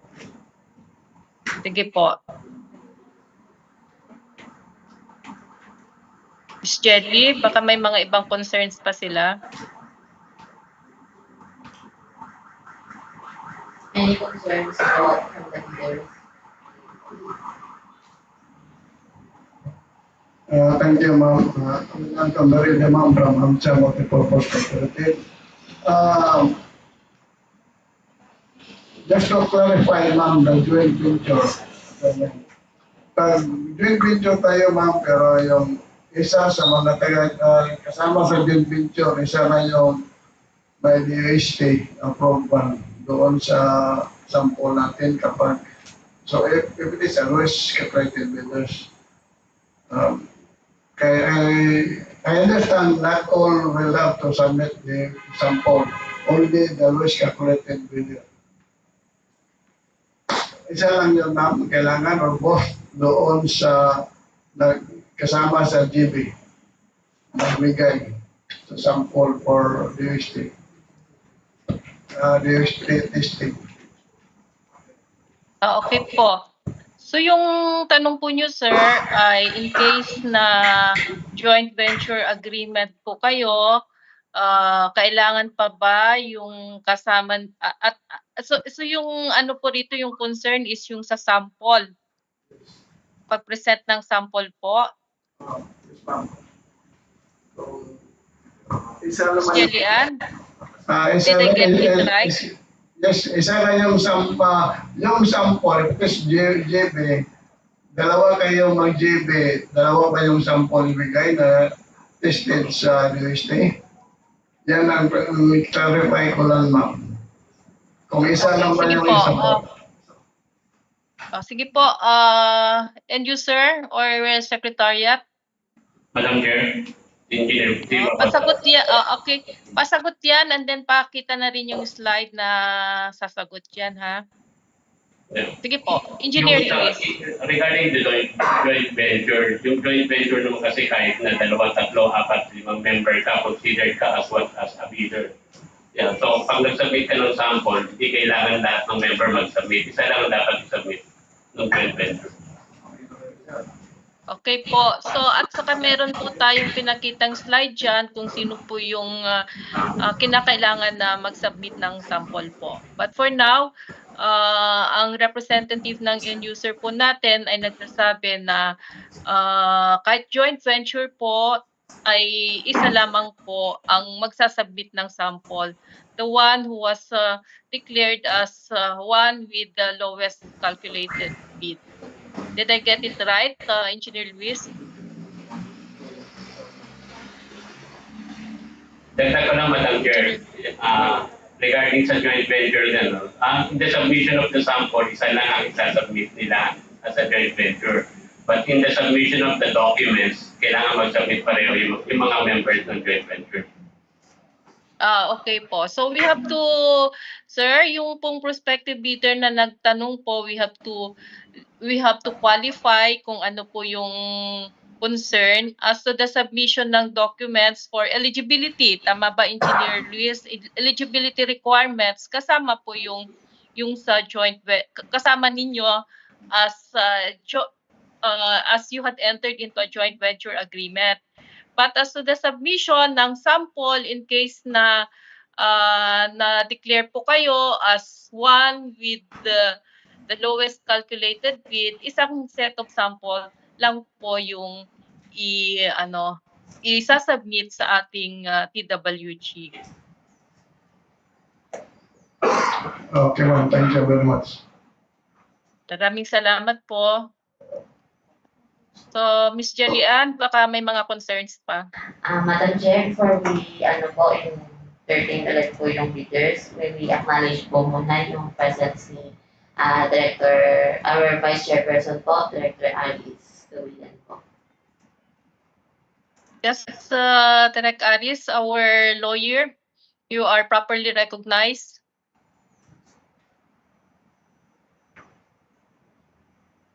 So, yes, let's proceed with the Q&A. Hello, good morning po. This is Ferdinand Sanamin from FCRI Construction Parts and Supply. So our question is regarding to the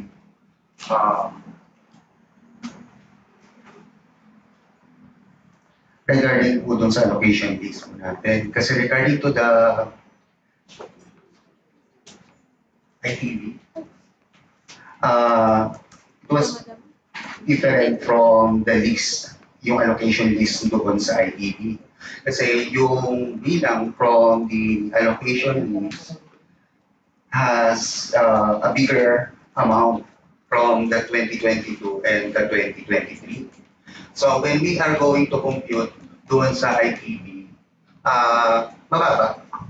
Like for example, yung para sa 2023, doon sa allocation na nakita namin from the DepEd is 100 in total, all in total, no, from all regions, from elementary to senior high school, 160,441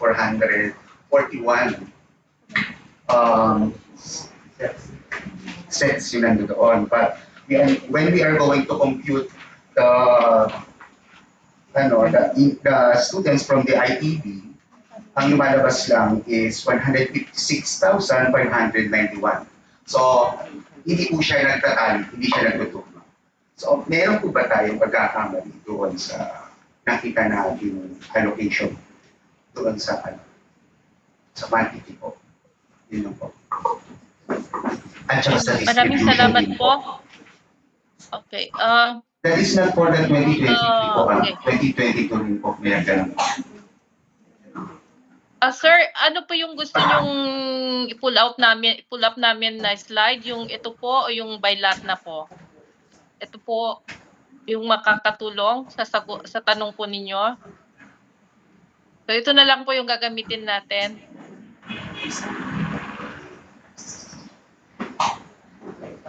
Okay po. So, dalawang years po ba yung gusto nyong i-clarify? Kasi kung dalawa po is mag-start tayo sa 2022. Am I on the right track po, sir? Miss Jelly-Ann, parang hindi ko yata naririnig yung comment. Yes, tama naman po. Yes. Okay, so ito... Yes, sir. So yung ito po. So ito po yung question.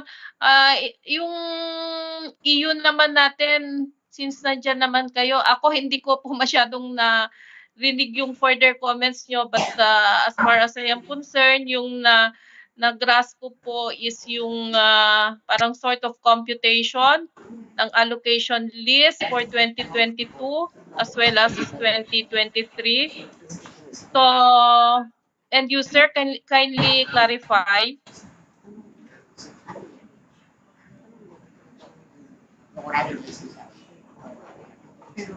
So, we'll start with 2022 po. Okay po, ma'am. Thank you po. So, regarding po kasi sa 2022, yung total po dapat doon ng people shares is 95,886 sets po. Based po sa ITV po. But when we are going to compute, yung nakita po namin doon sa allocation list is 157,162 sets po siya. So, ang layo po nun from the ITV. Kasi yun po ay based sa distribution po doon sa allocation. Yan po doon sa nakapresent po na dyan. So, kung kukumputin po natin yun dyan, malayo po siya doon sa ITV.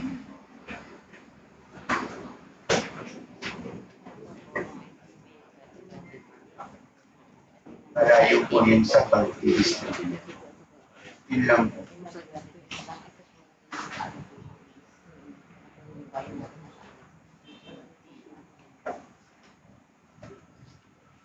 Sir, sa bidder po natin, napaliwanag po ba ng end user natin yung concern nyo? O may follow-up question po kayo?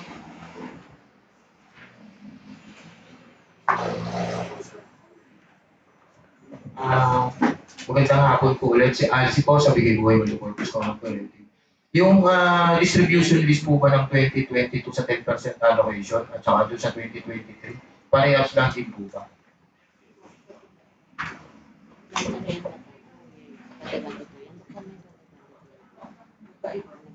Para parehas po yung attachment. Parehas po yung attachment dun sa website ng DepEd. At tapos yung tinignan namin sa 2023 parehas.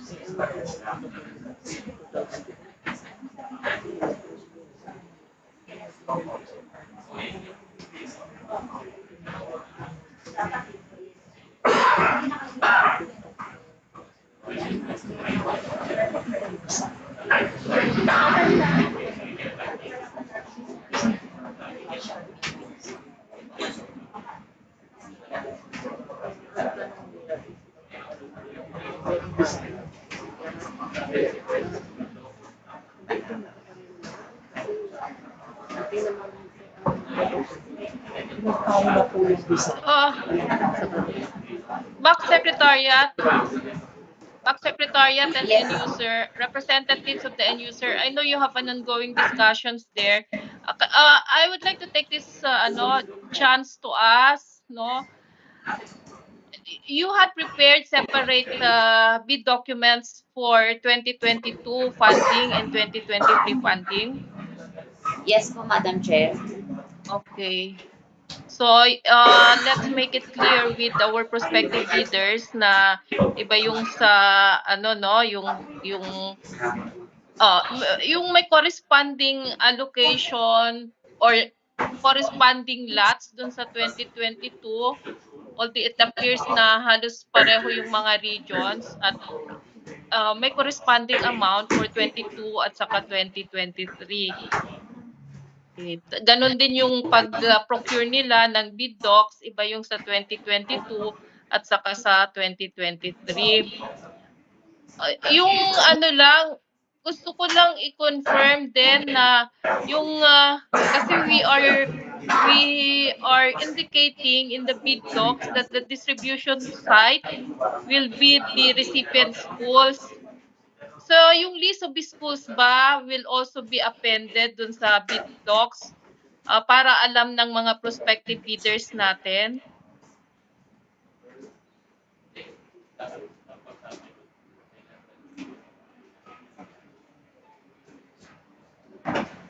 Secretariat? Madam Chair, yes po, allocation list po, Madam Chair.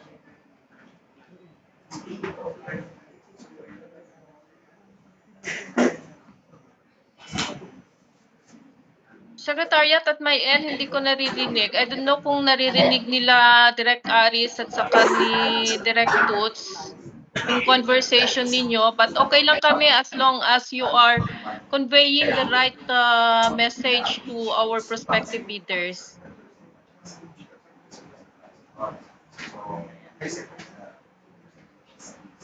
now leads to what is for example,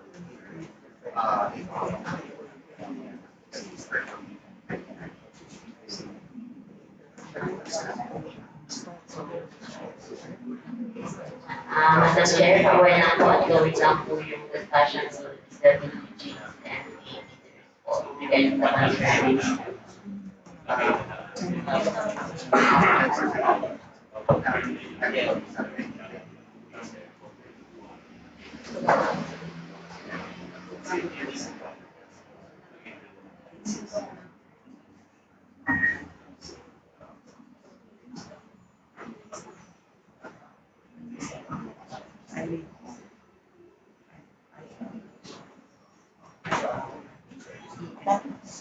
Miss Jelian, anong updates dyan? Madam Chair, Yes, discuss po safety nag-off na ako ng video ha. Nag-off na ako ng video kasi baka because of my video, weak yung connection ko. Please go ahead, Miss Jelly. Yes po, Madam Chair. Ongoing nga po ang discussion. Sige. Okay. Madam Chair, can I suggest to them that while the end user and the bidder is questioning the allocation, nagdi-discuss na po sila para makita po kung ano talaga yung difference nung sinasabi ng bidder natin.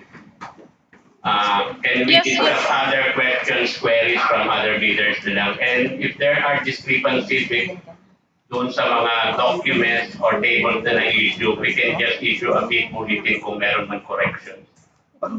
Yes, appreciated, engineer.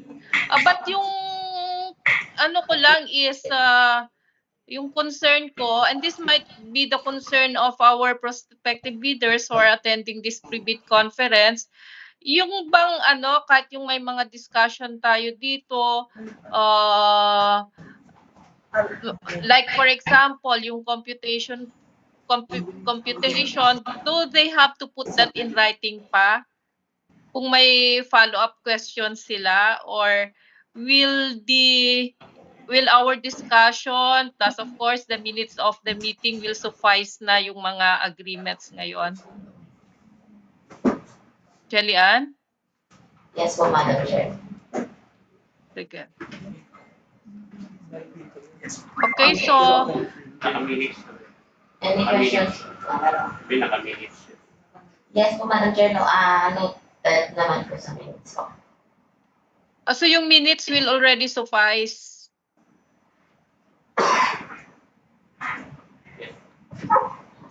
Madam Chair, good morning po, si James. Yes, Sir James. All clarifications po na nilais ng mga prospective bidders natin during the private conference will be included po sa minutes of the private conference. And all other clarifications po na maalala pa nila after the private may be raised through letters of clarification of Madam Chair. Okay. Yes, pero balikan ko yung question kanina, yung very first question, which was answered naman by Engineer Luis. Yung if they are allowed to join, and yung sagot ko, in case na meron pa silang further concerns dun sa initial na sagot natin, they can put into writing kung meron pa silang i-clarify. So that is okay, Sir James? Yes, tama po, Madam Chair. Okay, sige. So for now, I was informed that there is an ongoing discussion as to the computation ng yung allocation list vis-a-vis yung amount ng allotment per region and per lot. So what's the pleasure? Discussion ba kayo, or can we entertain other concerns habang ongoing yung discussion dyan? Standby lang naman kami na nandito sa virtual room.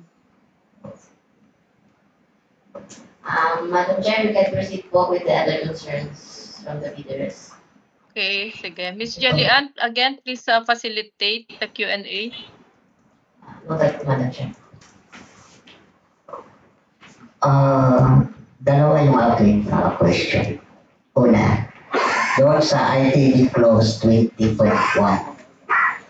sa letter E, paki-clarify lang itong delay in the partial delivery of goods amounting to 10% of the contract price it is ongoing government and a private contract. So, anong ang ibig sabihin nito? Para bang yung delivery o delay of the delivery equivalent of the 10%? Hindi ba dapat 1/10? Ayun pagkakaintindi ko ha. Yun lang po yung aking clarification noon na. Pangalawang kong clarification is yung technical component ba? Kasi per lot yan. Yun ba'y per lot din?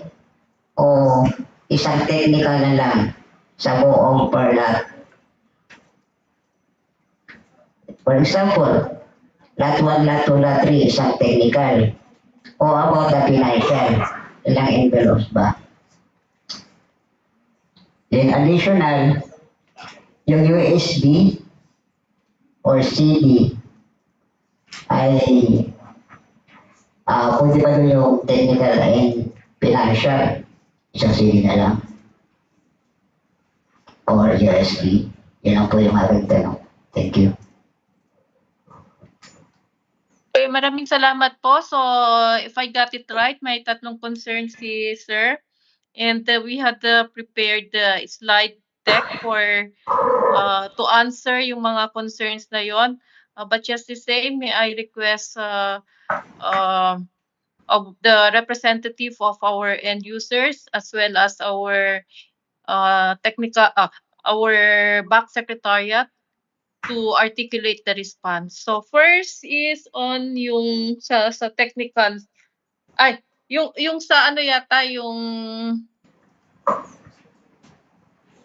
schedule of payment ba yung first? Jelian? Page po, Madam Chair. Sige.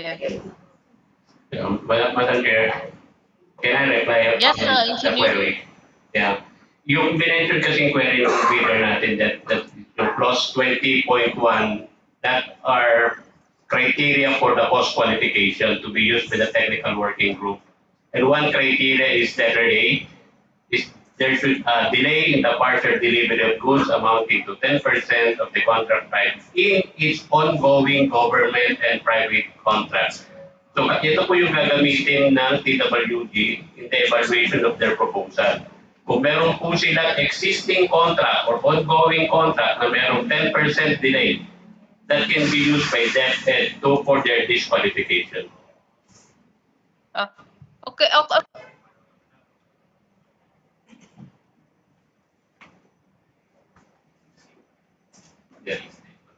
Yes.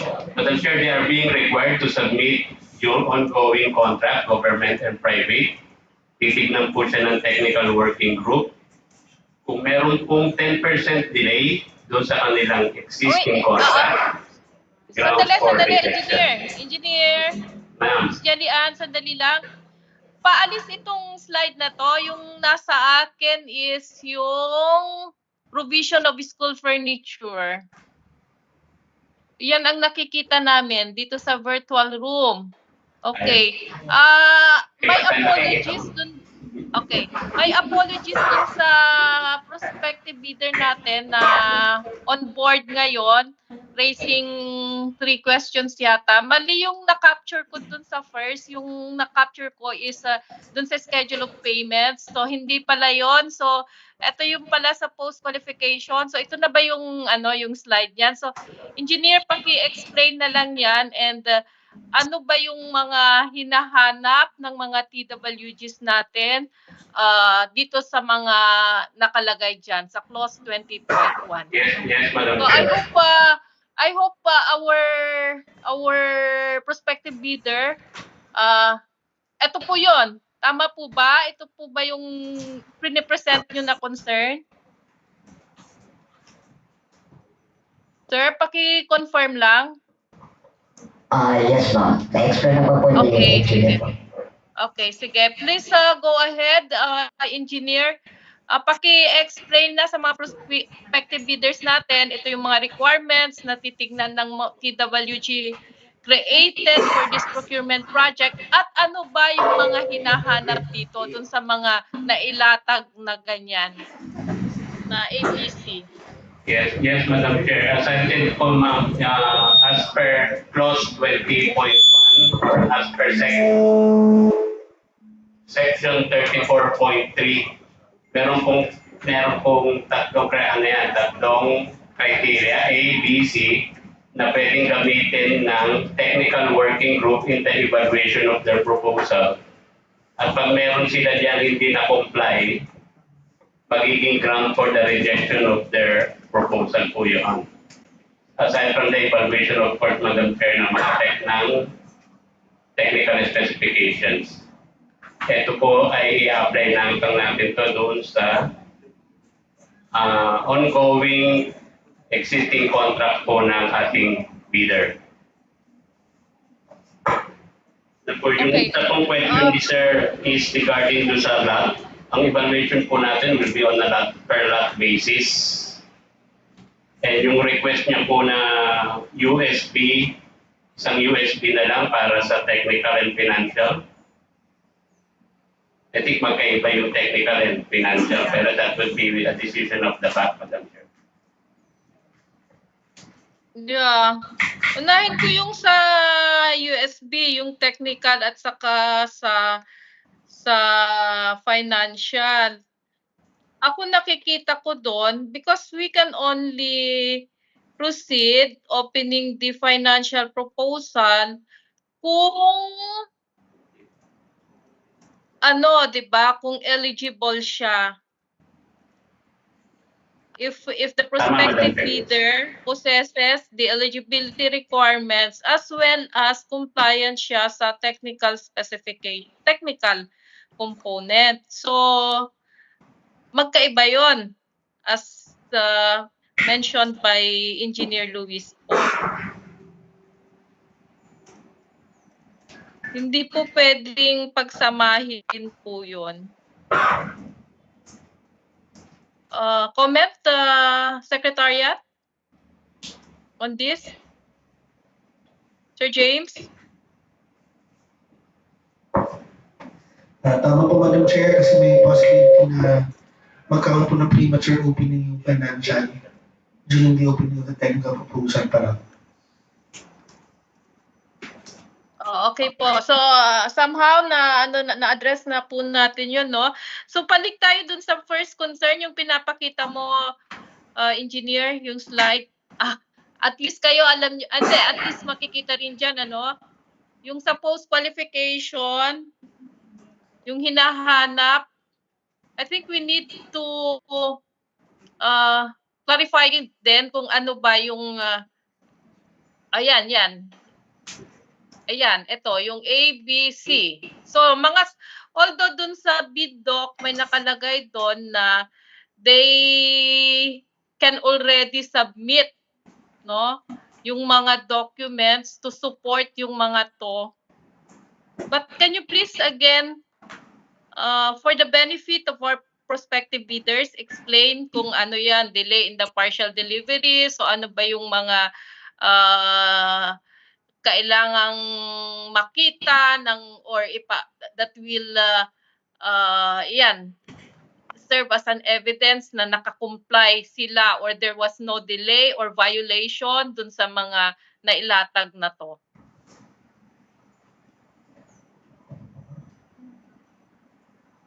Engineer. Yes, Madam Chair. ito yung criteria po na ito nga yung nabanggit ko kanina na gagamitin ng technical working group during the conduct of the post-qualification evaluation. Number one, titignan po ng technical working group if there is a delay in the partial delivery of goods amounting to 10% of the contract price doon po sa sinabit nilang ongoing contracts na government or private, magiging ground po yan para sa kanilang rejection. Yung letter B naman po, if any of this contract, yung mga sinabitin po ng bidder natin, shows the bidder's failure to deliver or perform any or all of the goods, services within the period specified in the contract or within any extension thereof granted by the procuring entity pursuant to a request made by the supplier prior to the delay, and such failure amount to at least 10% of the contract price. Ibig po sabihin, pag hindi po sila nakakapag-deliver sa existing contract nila, magiging grounds din po yun para sa rejection ng kanilang bid proposal. Letter C, meron din pong criteria na nagsasabi na unsatisfactory performance of the supplier's obligation as per contract agreement, as per contract terms and conditions at the time of inspection. At the time of inspection. Ang ginagawa po ng technical working group dito is, since yung bidder po natin, magsasubmit po sila ng existing or ongoing contract, checkin po ng ating technical working group yung agency o anumang office yung kandidat meron silang ongoing contract at ang magsasabi po dito na unsatisfactory yung performance ng ating bidder is yung kakontrata ng bidder. Pag unsatisfactory po ang sinabi sa atin, information sa atin, magiging ground din po yun for the rejection of their proposal. Yeah. Maraming salamat, Engineer. I hope nasagot natin yung concerns ng prospective bidder natin na inilatag niya kanina.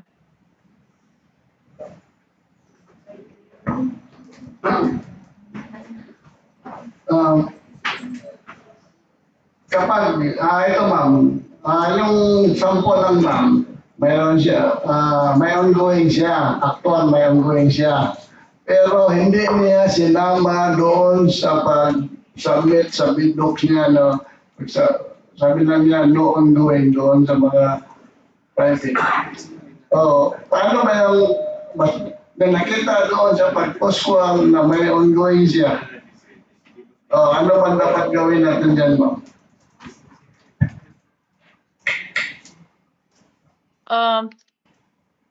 End user please or secretariat, may slide deck tayo dyan. Can I reply, Madam Chair? Yeah. Regarding po dun sa statement of all ongoing contracts, requirement po yan ng bidder na kailangan niyang isubmit as an eligibility requirement. Doon po sa statement lang is sinasabi po is all ongoing contracts. Kapag sinabi po ng bidder na no ongoing contracts ang sinabmit niya sa atin, then nalaman po natin o ng technical working group during their evaluation na mayroong existing contract yung bidder, that will be ground for a rejection of their proposal for misrepresentation, Madam Chair. Sir, malinaw po yun. Yung ano po, explanation po ni Engineer Luis na kailangan po na i-declare po nyo lahat ang ongoing contracts po ninyo. May dagdag, madam. How big is the contract, madam? If it is only 300,000 for the contract and there is no contract between the client and the co-op, ano ba, i-present pa ba yan o hindi na? Yan ang clarification o kung ano kalaki yung i-declare natin na wala pa silang kontrata. Wala man kontrata, sir. Ano ba? I-declare ba natin? Engineer Luis, medyo choppy yung dating sa akin. Can you please respond? Yes, Madam Chair. Ang tinatanong po niya, follow-up question niya po is meron po bang limitation doon sa amount ng contract na to be declared? Wala pong limitation doon sa sinasabi po natin is all ongoing contracts kahit na magkano po siya. Basta meron kayong existing contract, malaki o maliit, kailangan yung i-declare. Ngayon kung wala talagang contract, wala po kayong may i-declare. Ang may lalagay nyo lang po talaga dun sa form natin is no ongoing contract. Ang danger lang po talaga doon is pag nalaman po ng technical working group during their conduct of evaluation na merong kayong ongoing contract, magagamit po talaga yan for just the rejection ng proposal and baka ma-blacklist pa po kayo.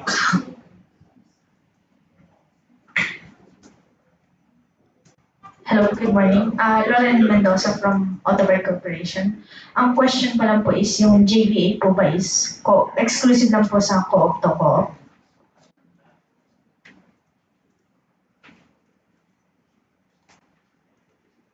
End user, please.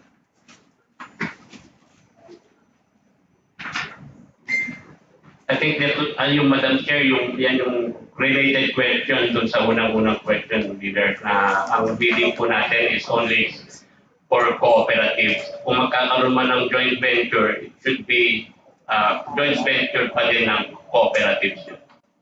And hindi po pwede makipag-joint venture, Madam Chair, yung cooperative to a regular supplier.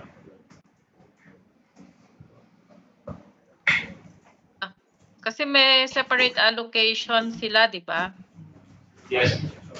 Yes, Madam Chair. Yeah.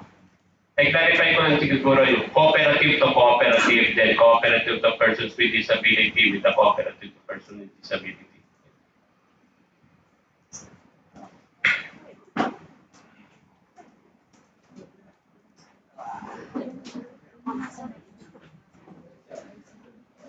Okay, any other questions? Yes, ma'am. Ms. Jalian?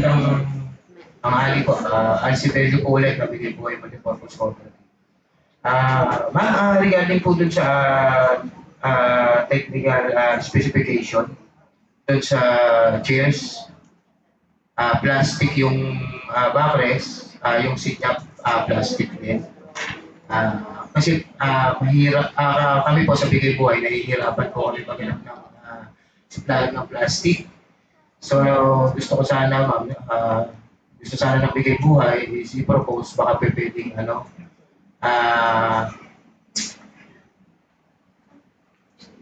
marine plywood na laminated kung ma-aprobahan.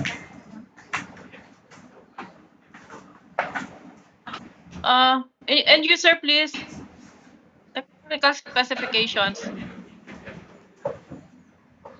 Sir, sorry, sir. Pwede po ulit sa talong, sir. Pa-explain na lang yung yung technical specifications na na-approve.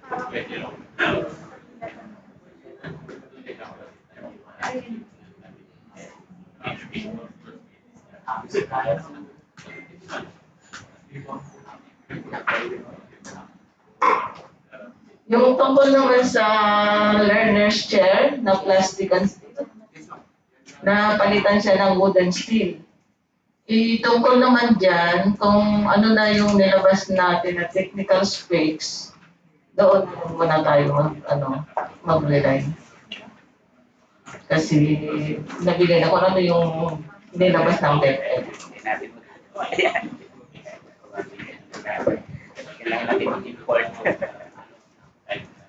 Kasi po sa part ng mga PWD, napakahirap po ba. Kami sa part po namin, hindi ko po alam yung ibang mga PWD. Nahirapan po kami nga paghanap ng supplier ng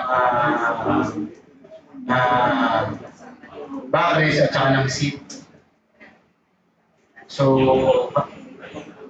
kaya kung mga pinopropose po namin sa Bigay Buhay, kung pwedeng laminated, total laminated naman po yung kanyang table. Ngayon po, kung hindi po pwede, baka meron kayo pwedeng i-recommenda sa aming supplier ng plastic, mas maganda. Ngayon po, salamat. Ano na lang sir, wala din kaming alam kung sinong supplier. Pwede naman siguro mag-usap-usap kayo ng mga supplier. Kung saan din sila nakakuha.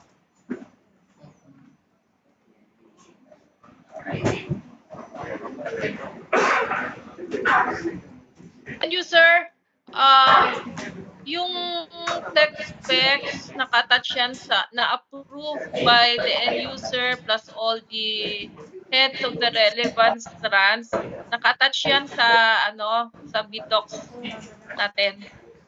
Yes po, Madam Chair.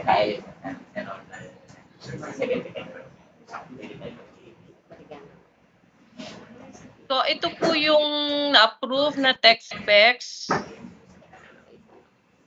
Ito po, makikita po nyo kung yung approval ng mga ng end user, at kasama na rin po yung mga heads ng relevant strands po. At iyan po ay i-attach po natin sa BDocs.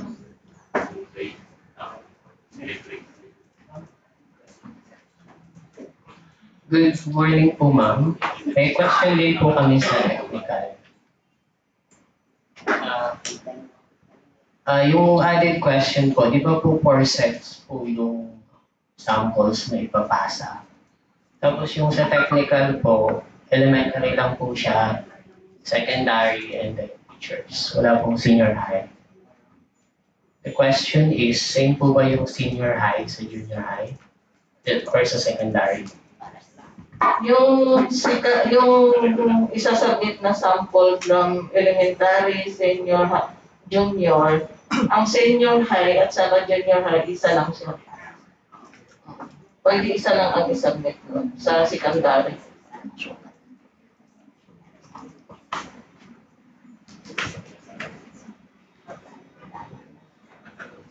Any question?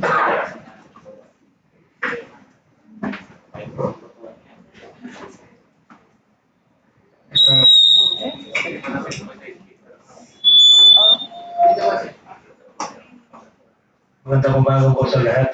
Regarding po sa eligible bidder, tanong ko lang po sana regarding sa joint venture. What about po yung joint venture is a local company and a joint venture with the cooperative? Is it allowed?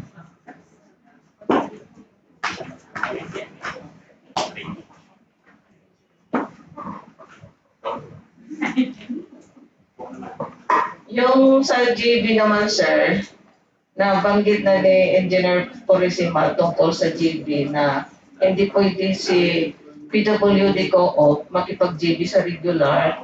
Ganon din si regular cooperative na makipag-GB sa regular. Kailangan si PWD Co-op, GB with PWD Co-op din. Ganon din yung sa regular co-op, pareho din sila dapat.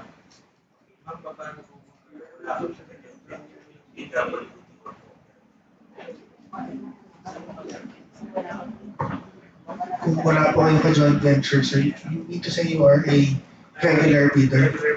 You are not qualified to participate, sir, because it's intended only for cooperatives. Madam Chair, maybe we can suggest dun sa bidder na to participate dun sa bidding to be conducted at the regional office para sa mga regular suppliers.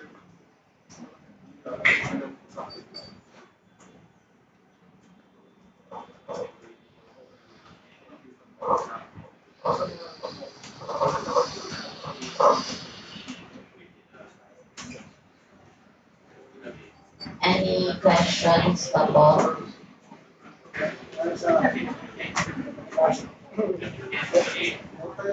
Clarification ko. Ang purpose dito sa 10% ng mga kooperatiba is to have an employment in the WDs. It was then decided by Senator Magsaysay and also the Secretary Gloria, and that was presented to the Senate and to the Congress. It has been lobbied by a PWD group. But I observed na yung nawala yung National Federation of Cooperative Persons with Disability ay nawala yung employment ng PWD. No? Lumiliit, mayroon siya pero lumiliit. Kasi yung iba, nagpa-royalty lang siya na able yung gumagawa, hindi PWD. Kung mayroon siyang kaunti lang sa grupo niya. Yun ang nakita natin. Kasi we are one also in lobbying with the Senate and the Congress for the purpose of employment of PWD. Then, yung nakita ko pa is isa lang manalo sa buong Pilipinas o sa dalawa man. Hindi nga supposed to be na kung saan siyang region, doon lang siya lalaban. Hindi doon ng buong Pilipinas para to give chance to others. Yun lang ang para bang mabuhay ang mga PWD. Yun lang ang sasabi ko ngayon, ma'am. Thank you very much.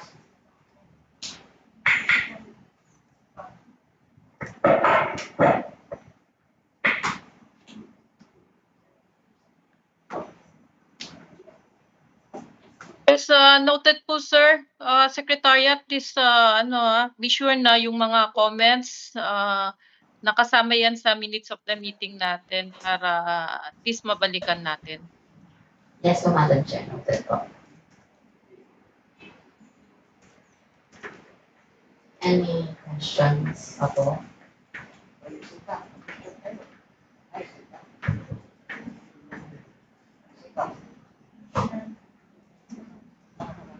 Madam Chair, aking request ni Secretary to flash on the screen lang po yung mga requirements to be submitted by the bidder during the post-qualification.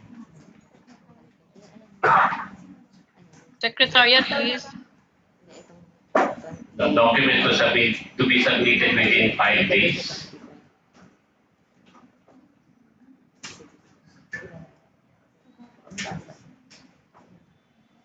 Sir, yung sa post-qualification lang po ba yung tinatanong nyo?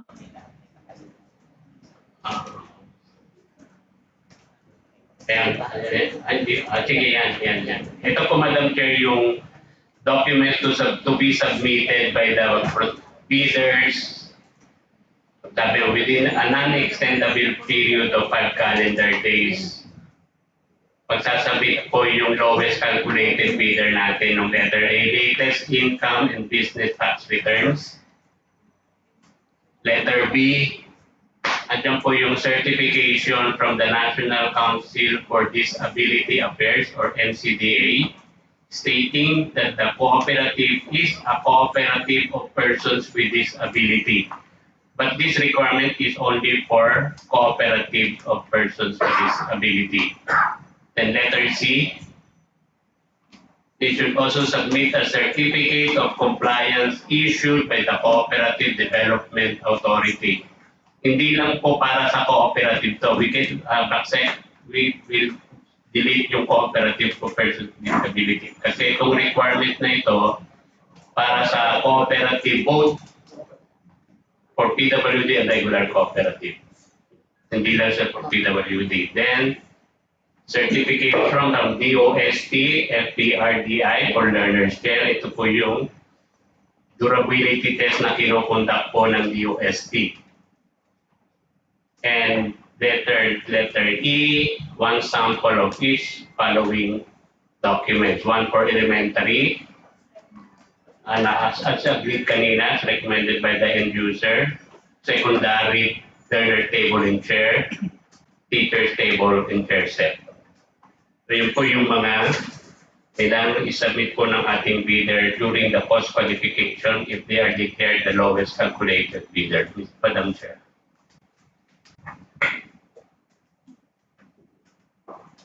Thank you, Engineer Luis Bayon. Engineer Luis, Yes, going back to A, B, C, para mas malinaw lang tayo, yung sa certification, do we have a distinction or qualification for the co-op of PWD for the 10% at saka 15%? Madam Chair, for the certification to be issued by the Cooperative Development Authority, wala pong distinction doon. Both para dapat mag-submit po sila. Pareho. So Pareho yung po B, silang kailangan mag-submit. But for okay, letter so B, yung certification okay. from So S. ganito na lang. Ganito na lang, engineer. Letter A, kasi 10, 15 to, no? So yung 10% is cooperative. So ano yung 10%? Cooperative of persons with disability. Then 15% cooperative of different types of cooperatives, di ba? Yes, Madam Chair. Okay, so letter A, pareho. Okay yon. Letter A muna tayo. Yes. Okay. Letter B, pareho din? Para sa 10% lang, Madam Chair. Or may distinction? Para sa kasi certification it should be issued only by the National Council for Disability Affairs. Para lang po sa cooperative ng PWD para sa 10%. Okay, so para sa 10% lang to yung letter B. Yes, Madam Chair. So sa 15%, hindi sila magsasubmit. Ito those who will be joining sa 15%, magsasubmit ba sila ng letter B? Hindi po nila kailangan mag-submit po ng letter B for the 15%. Oo. So I think yun yung klina-clarify kanina.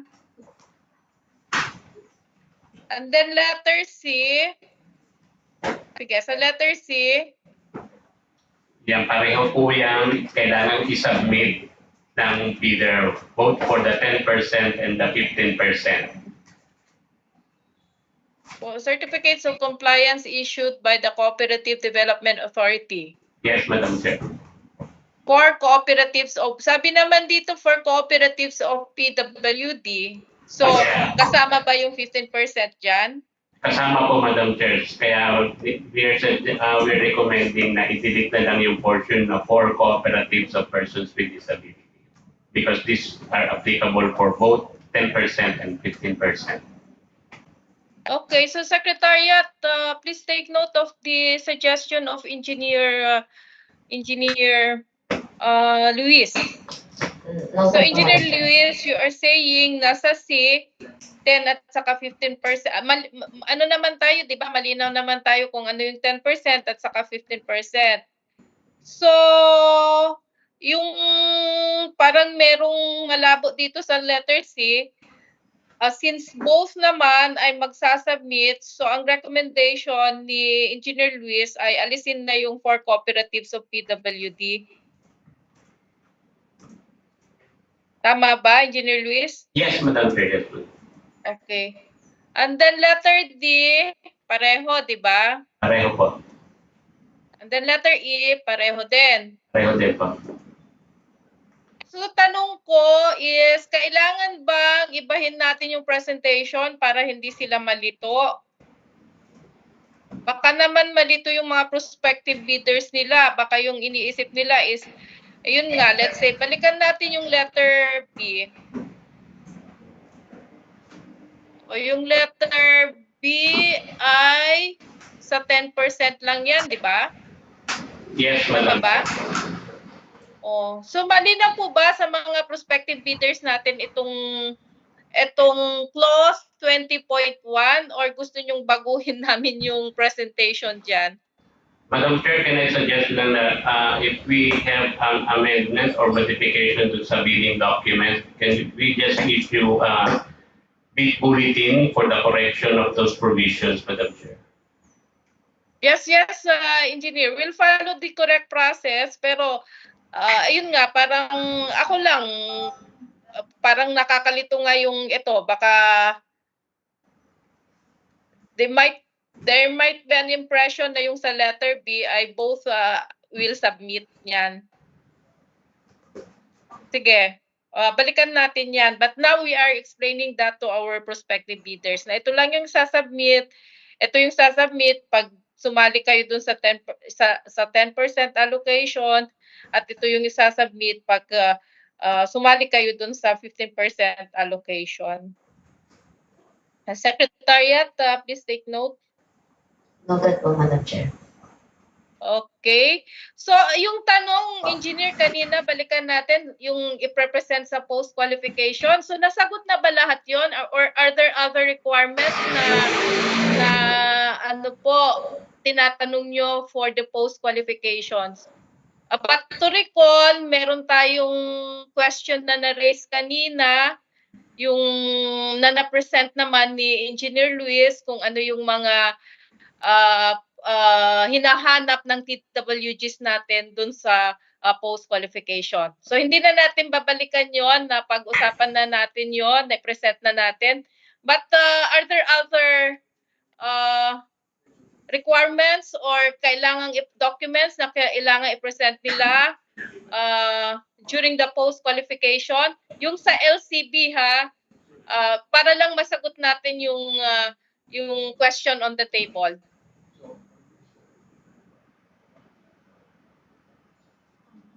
TWG? Gustong sagutin ng TWG? Yan?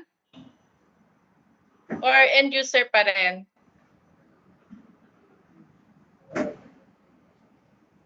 Or unless sasabihin ng prospective bidder natin that you're okay with the response.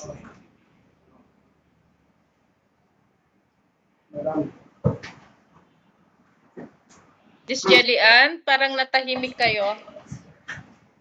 Madam, regarding sa NCDA certification, kasi sa NCDA, walang valid until kailan yun. Katulad sa amin, issued July 5. Pero walang valid until kailan. Hindi katulad ng COC na mayroon siyang valid until April. Walang validity. So, kahit sunod na taon, kapag sasama tayo sa bidding, hindi na tayo kailangan. Kasi walang man siyang validity kung ano ba. Hindi, ilagay natin lang kung how many years or how many months siya once siya mag-issue. Is katulad ba 1 year lang? Or so, anong document yun? Yes, sir. Miss Jelly Ann and Engineer Luis, anong document yung mention? Senator po, Madam Chair, NCDA po. Ano yon? NL? NCDA po, Madam Chair. National Council for Disabilities. NCDA. So yung tanong ba ay yung certification ba may expiration yan? Ganun po ba, sir? yes ma'am, certification because nandito yon may pinadala yung NCBA sa akin na mayroon na kami certification pero nakalagay ito July 5, 2023 wala siyang hanggang kailan yung validity niya. Okay po,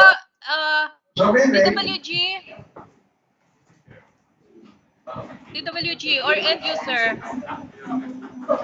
Diyan sa certification letter B.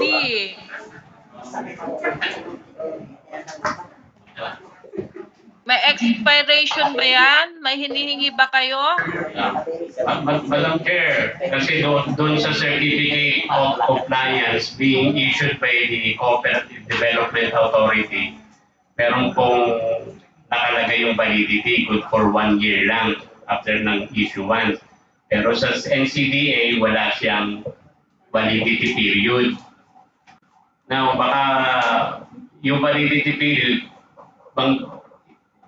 can we request yung mga bidders kung if they want 6 months or 1 year yung validity period?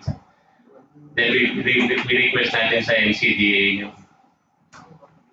Because yung NCDA, as presented by our bidder, nag-present po siya ng certification from NCDA issued last July, wala pong nakalagay na validity period. Pero kung gusto nila lagyan ng validity period, pwede naman po, baka pwede sila mag-suggest kung 6 months or 1 year. Okay.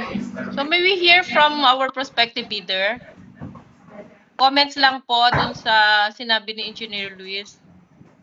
Madam Chair, Si Romel po ng Please Sapra go Adat ahead. NTC. Yes, please go ahead po, sir. Yung sa NCDA po, yearly po yun eh. Parang mayor's permit ba? Na yearly po siya nag-issue pag may bidding yung DepEd. So, since pa po ito sa National Federation of Cooperative, yearly po yun. At understand yung mga nagka-question member, din po sila ng National Federation dati. Maraming salamat.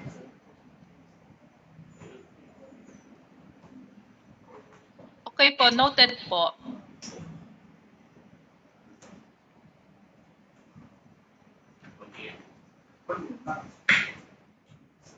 Okay, so in that case, balikan natin yan back, Secretariat and user. Kasi yearly yung issuance niyan, pero diyan sa bid docs na ilagay natin yon is parang very general yung mention ng certification ng NCDA.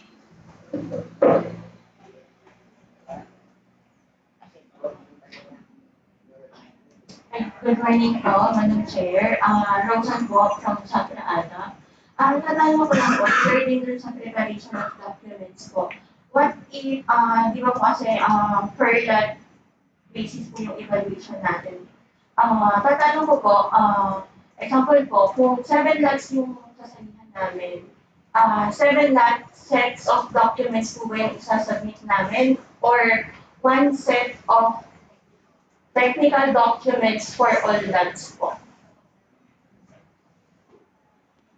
Okay. Secretariat, please.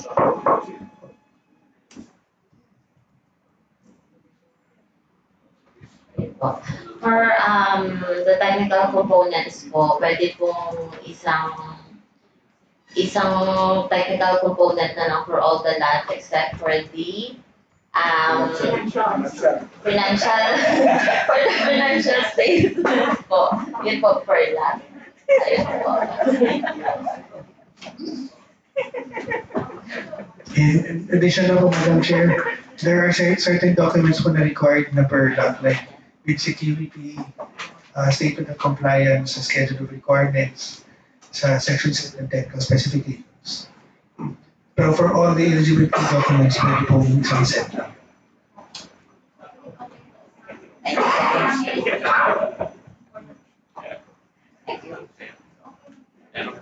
you, Miss Jelly Ann. Yes po. Plus, of course, please take note also of the supplementary response of Sir James. And we would like to call your attention also regarding yung concern na to, yung saan yun, single, ano yung may bearing dito? Yung amount for the SLC ba, Sir James? SMCC, Madam Chair? Oo. Apo, pwede nyo lang gamitin po yung single completed contract for each lot. Pwede po ibangga for each lot, Madam Chair.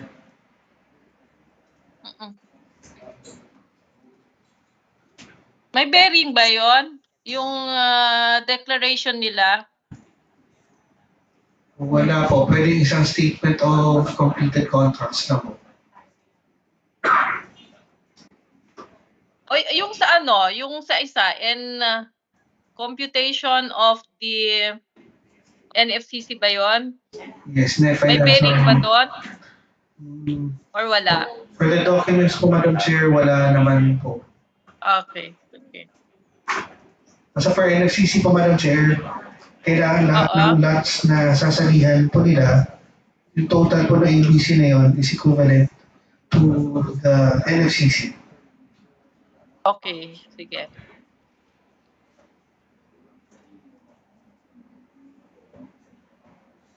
Ma'am, nasagot po ba yung tanong nyo, ma'am? As to the submission of the technical documents at financial proposal, if you will be participating in the different lots po. Yes po, ma'am. Nasagot naman po. Thank you po. Thank you.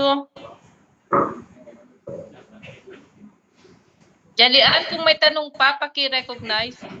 Any questions pa po from our perspective leaders?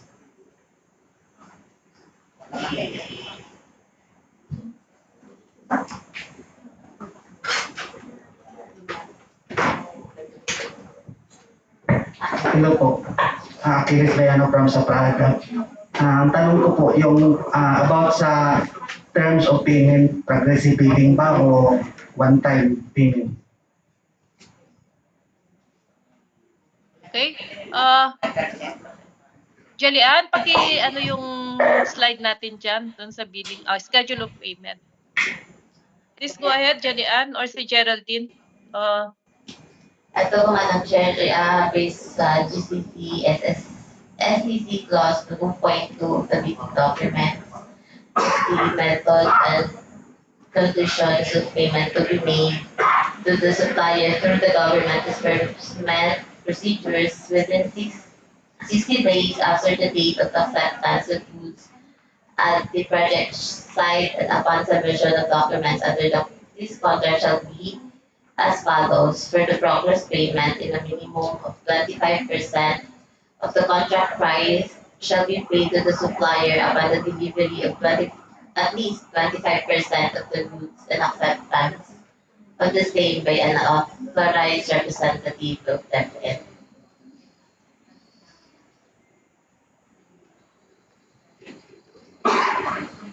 Sir, nasagot po ba namin by reiterating yung provision ng clause 2.2? Yes po, ma'am. Salamat po. Thank you.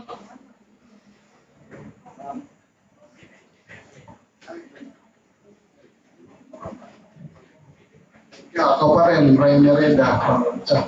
Next, ito na. Previous video, previous prevent natin, may percent tayo na 15% advance payment. Nandyan ba tayo, ma'am? Pwede ba tayo makakuha ng 15% advance payment? Kasi, the previous natin yan. And you, sir? Ma'am. And you, sir? Did you consider that? How do you call that? Mobilization fund ba yun? Or Engineer Luis, paki-explain. Parang hindi ko kasi nakita yan eh. Parang hindi siya na-consider. I don't know. I might be wrong. Engineer.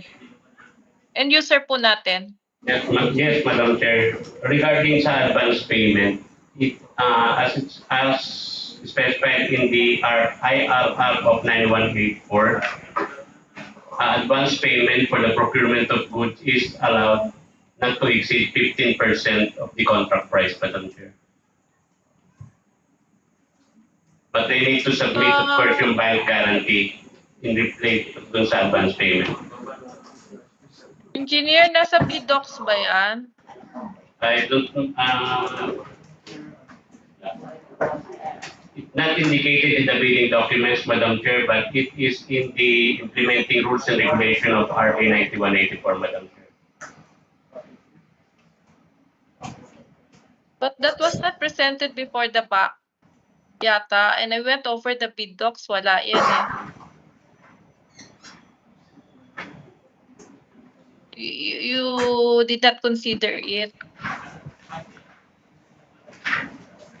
So, comments from the other perspective. I might be wrong, pero Jelly Ann, nasa BDocs ba yun? Wala po, Madam Chair. So, comments from the other prospective bidders on the same issue? Hello ma'am, sa hindi ko. Follow-up lang din ma'am doon sa progress payment. Yung progress payment, ito, 25% among the contract price. Question is, for example, ang handicap mag-deliver ng 25% with the contract price. How many months to pay the DepEd for the 25%? Kasi abutin siguro tayo sa amin, may experience namin 6 months, patay tayo. Upos po. Tapos follow up doon sa 15% for the allocations for the progress billing, kung sakali mag-advance kami ng 15% for capitalization, mayroon ba yung interest at magkano yung interest? Yan na po yung akin. Yung unahin lang po namin yung advance payment po ha. So although malinaw naman po na nasabi ni Engineer Luis na based dun sa batas natin ay allowed po yung advance payment, but kung Madam Chair, can I reply if to you can the query of the bidder? Engineer? Hello. Hello? Yan, regarding kung gaano katagal magbayad ang DepEd. Sabi naman dito, ang schedule of payment, within 60 calendar days, magbabayad si DepEd kapag kumpleto po yung mga dokumentong pinag-clip ng bidder. Pag hindi po kumpleto, matatagalan po talaga yung payment kasi magbabalik at babalik-balik lang yung mga dokumento. Yung sinasabi ko naman ng 60 days dito, kumpleto po ang dokumento niya. Then regarding po dun sa advance payment, alam ko talaga nasa RA 9184 po ang advance payment.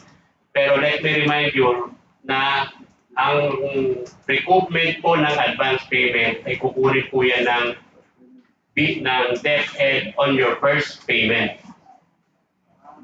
Kunyari, pag 25% po yung unang billing nyo, pag nirecoup ng DepEd, 10% na lang ang matitira doon sa billing nyo. Dahil yung 15% kukunin po agad ng DepEd.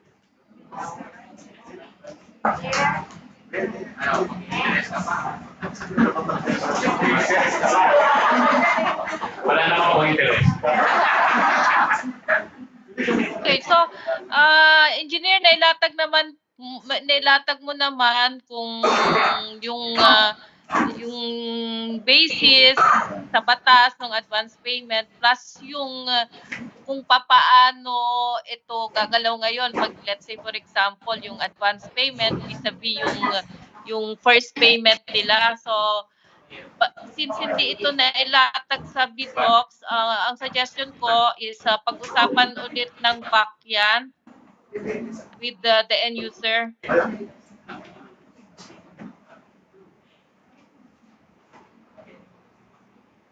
So, Secretariat, please take note, ha?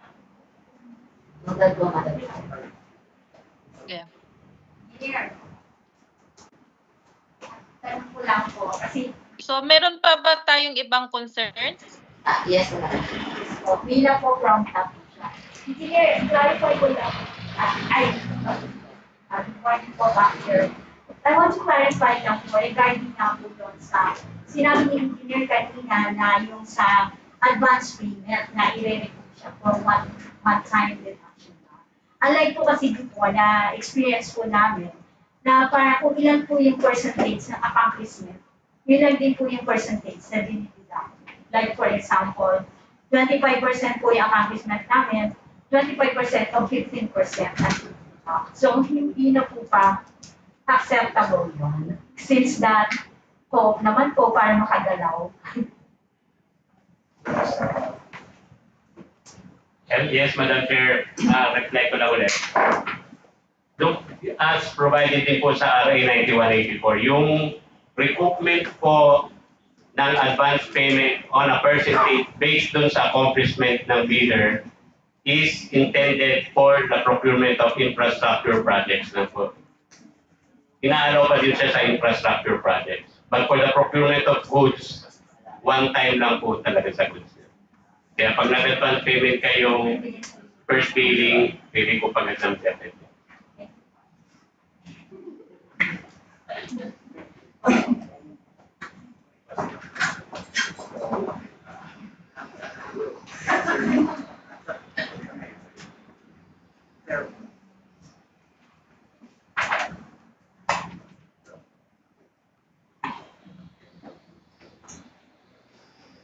Hello, ma'am. Hello, ma'am.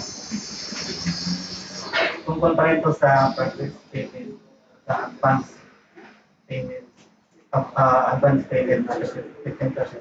How about, sir, kung Yung sa first billing namin is 25%. Tapos doon natin idagdag yung 15%. Tapos sa second billing namin, doon na makita. Pwede ba yun?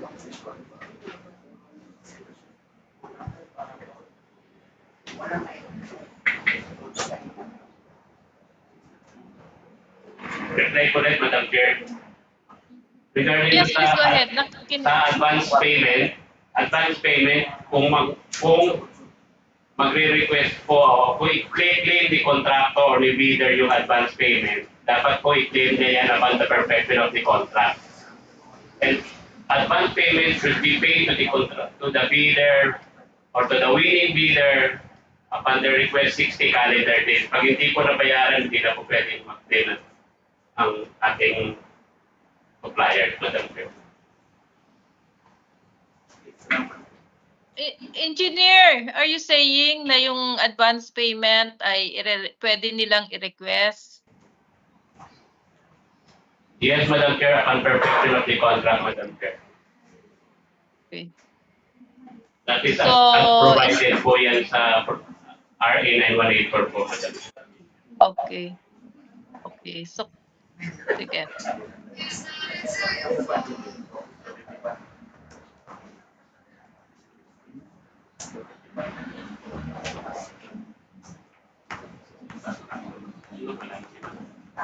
Any questions ka po? So, I think we had responded to that issue on advance payment, and in case that will be granted, it will be based on our existing policy po, based on the provisions of our law. Sige, Ms. Jelly Ann, please go ahead. Thank you po, Madam Chair. Any question pa po from the leaders?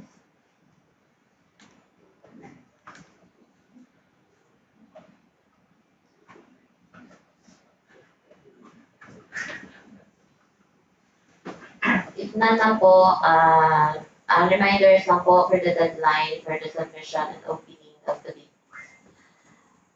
Bids must be duly received by the Back Secretariat on or before August 29, 2023, 8:30 a.m. po. And this, and for the bid opening, August 29, 2023, 9 a.m.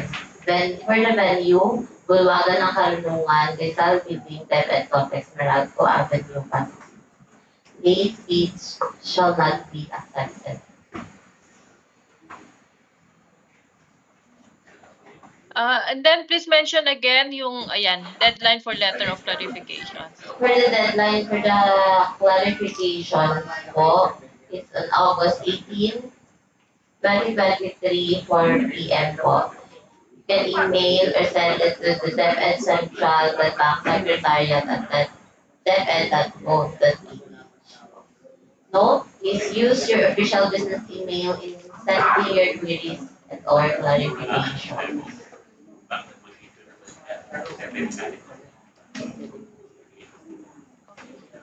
Ms. Jenny Ann, please remind also yung issuance ng supplemental bid or bid bulletin.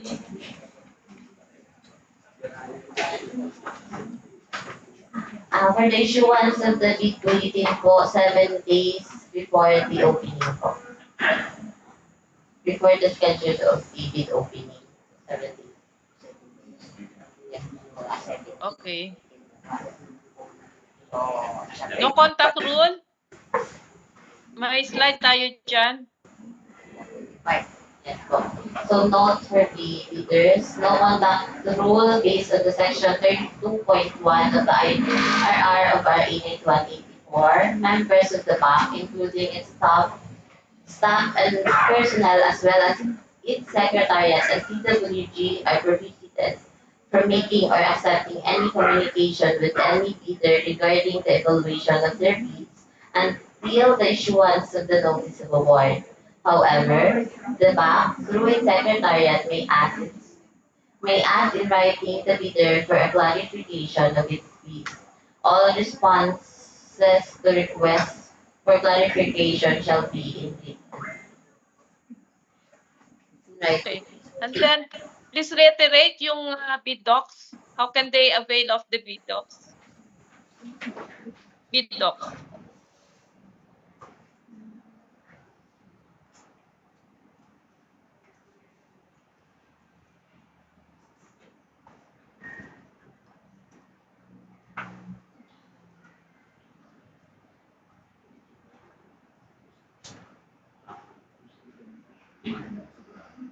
For the issuance of bidding documents po, you may download the bidding documents, the notices .pcs.gov.ph or in the www.deped.gov.ph po. Okay, thank you very much. Seeing no other concerns being raised by our prospective bidders and reiterating some very, very important information, do I hear a motion to adjourn this pre-bid conference?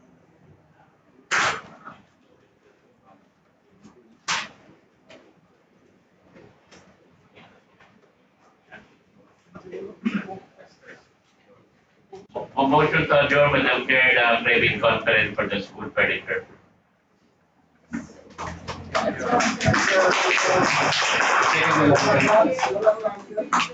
Seconded, Madam The motion to adjourn is recognized and it is properly seconded. This meeting is hereby adjourned. Maraming salamat sa lahat ng mga prospective bidders po natin. And of course, thank you to our BAC, our secretariat, our TWG, and the representatives of our end users. Thank you. Thank you. Thank you po.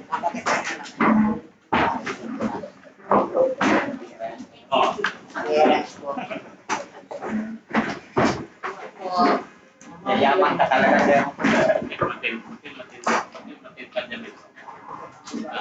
Ha? Dito ka na? Bakawan ka na? Bakawan 2, 3,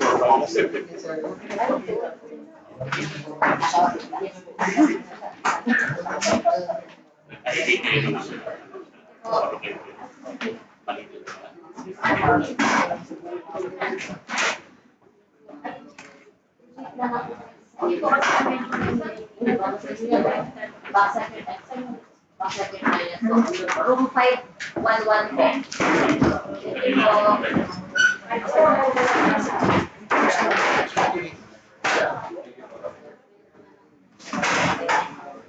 Alam kung paano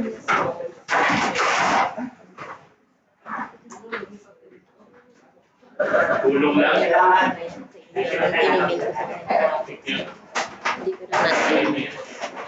Ito sir. Salamat, James.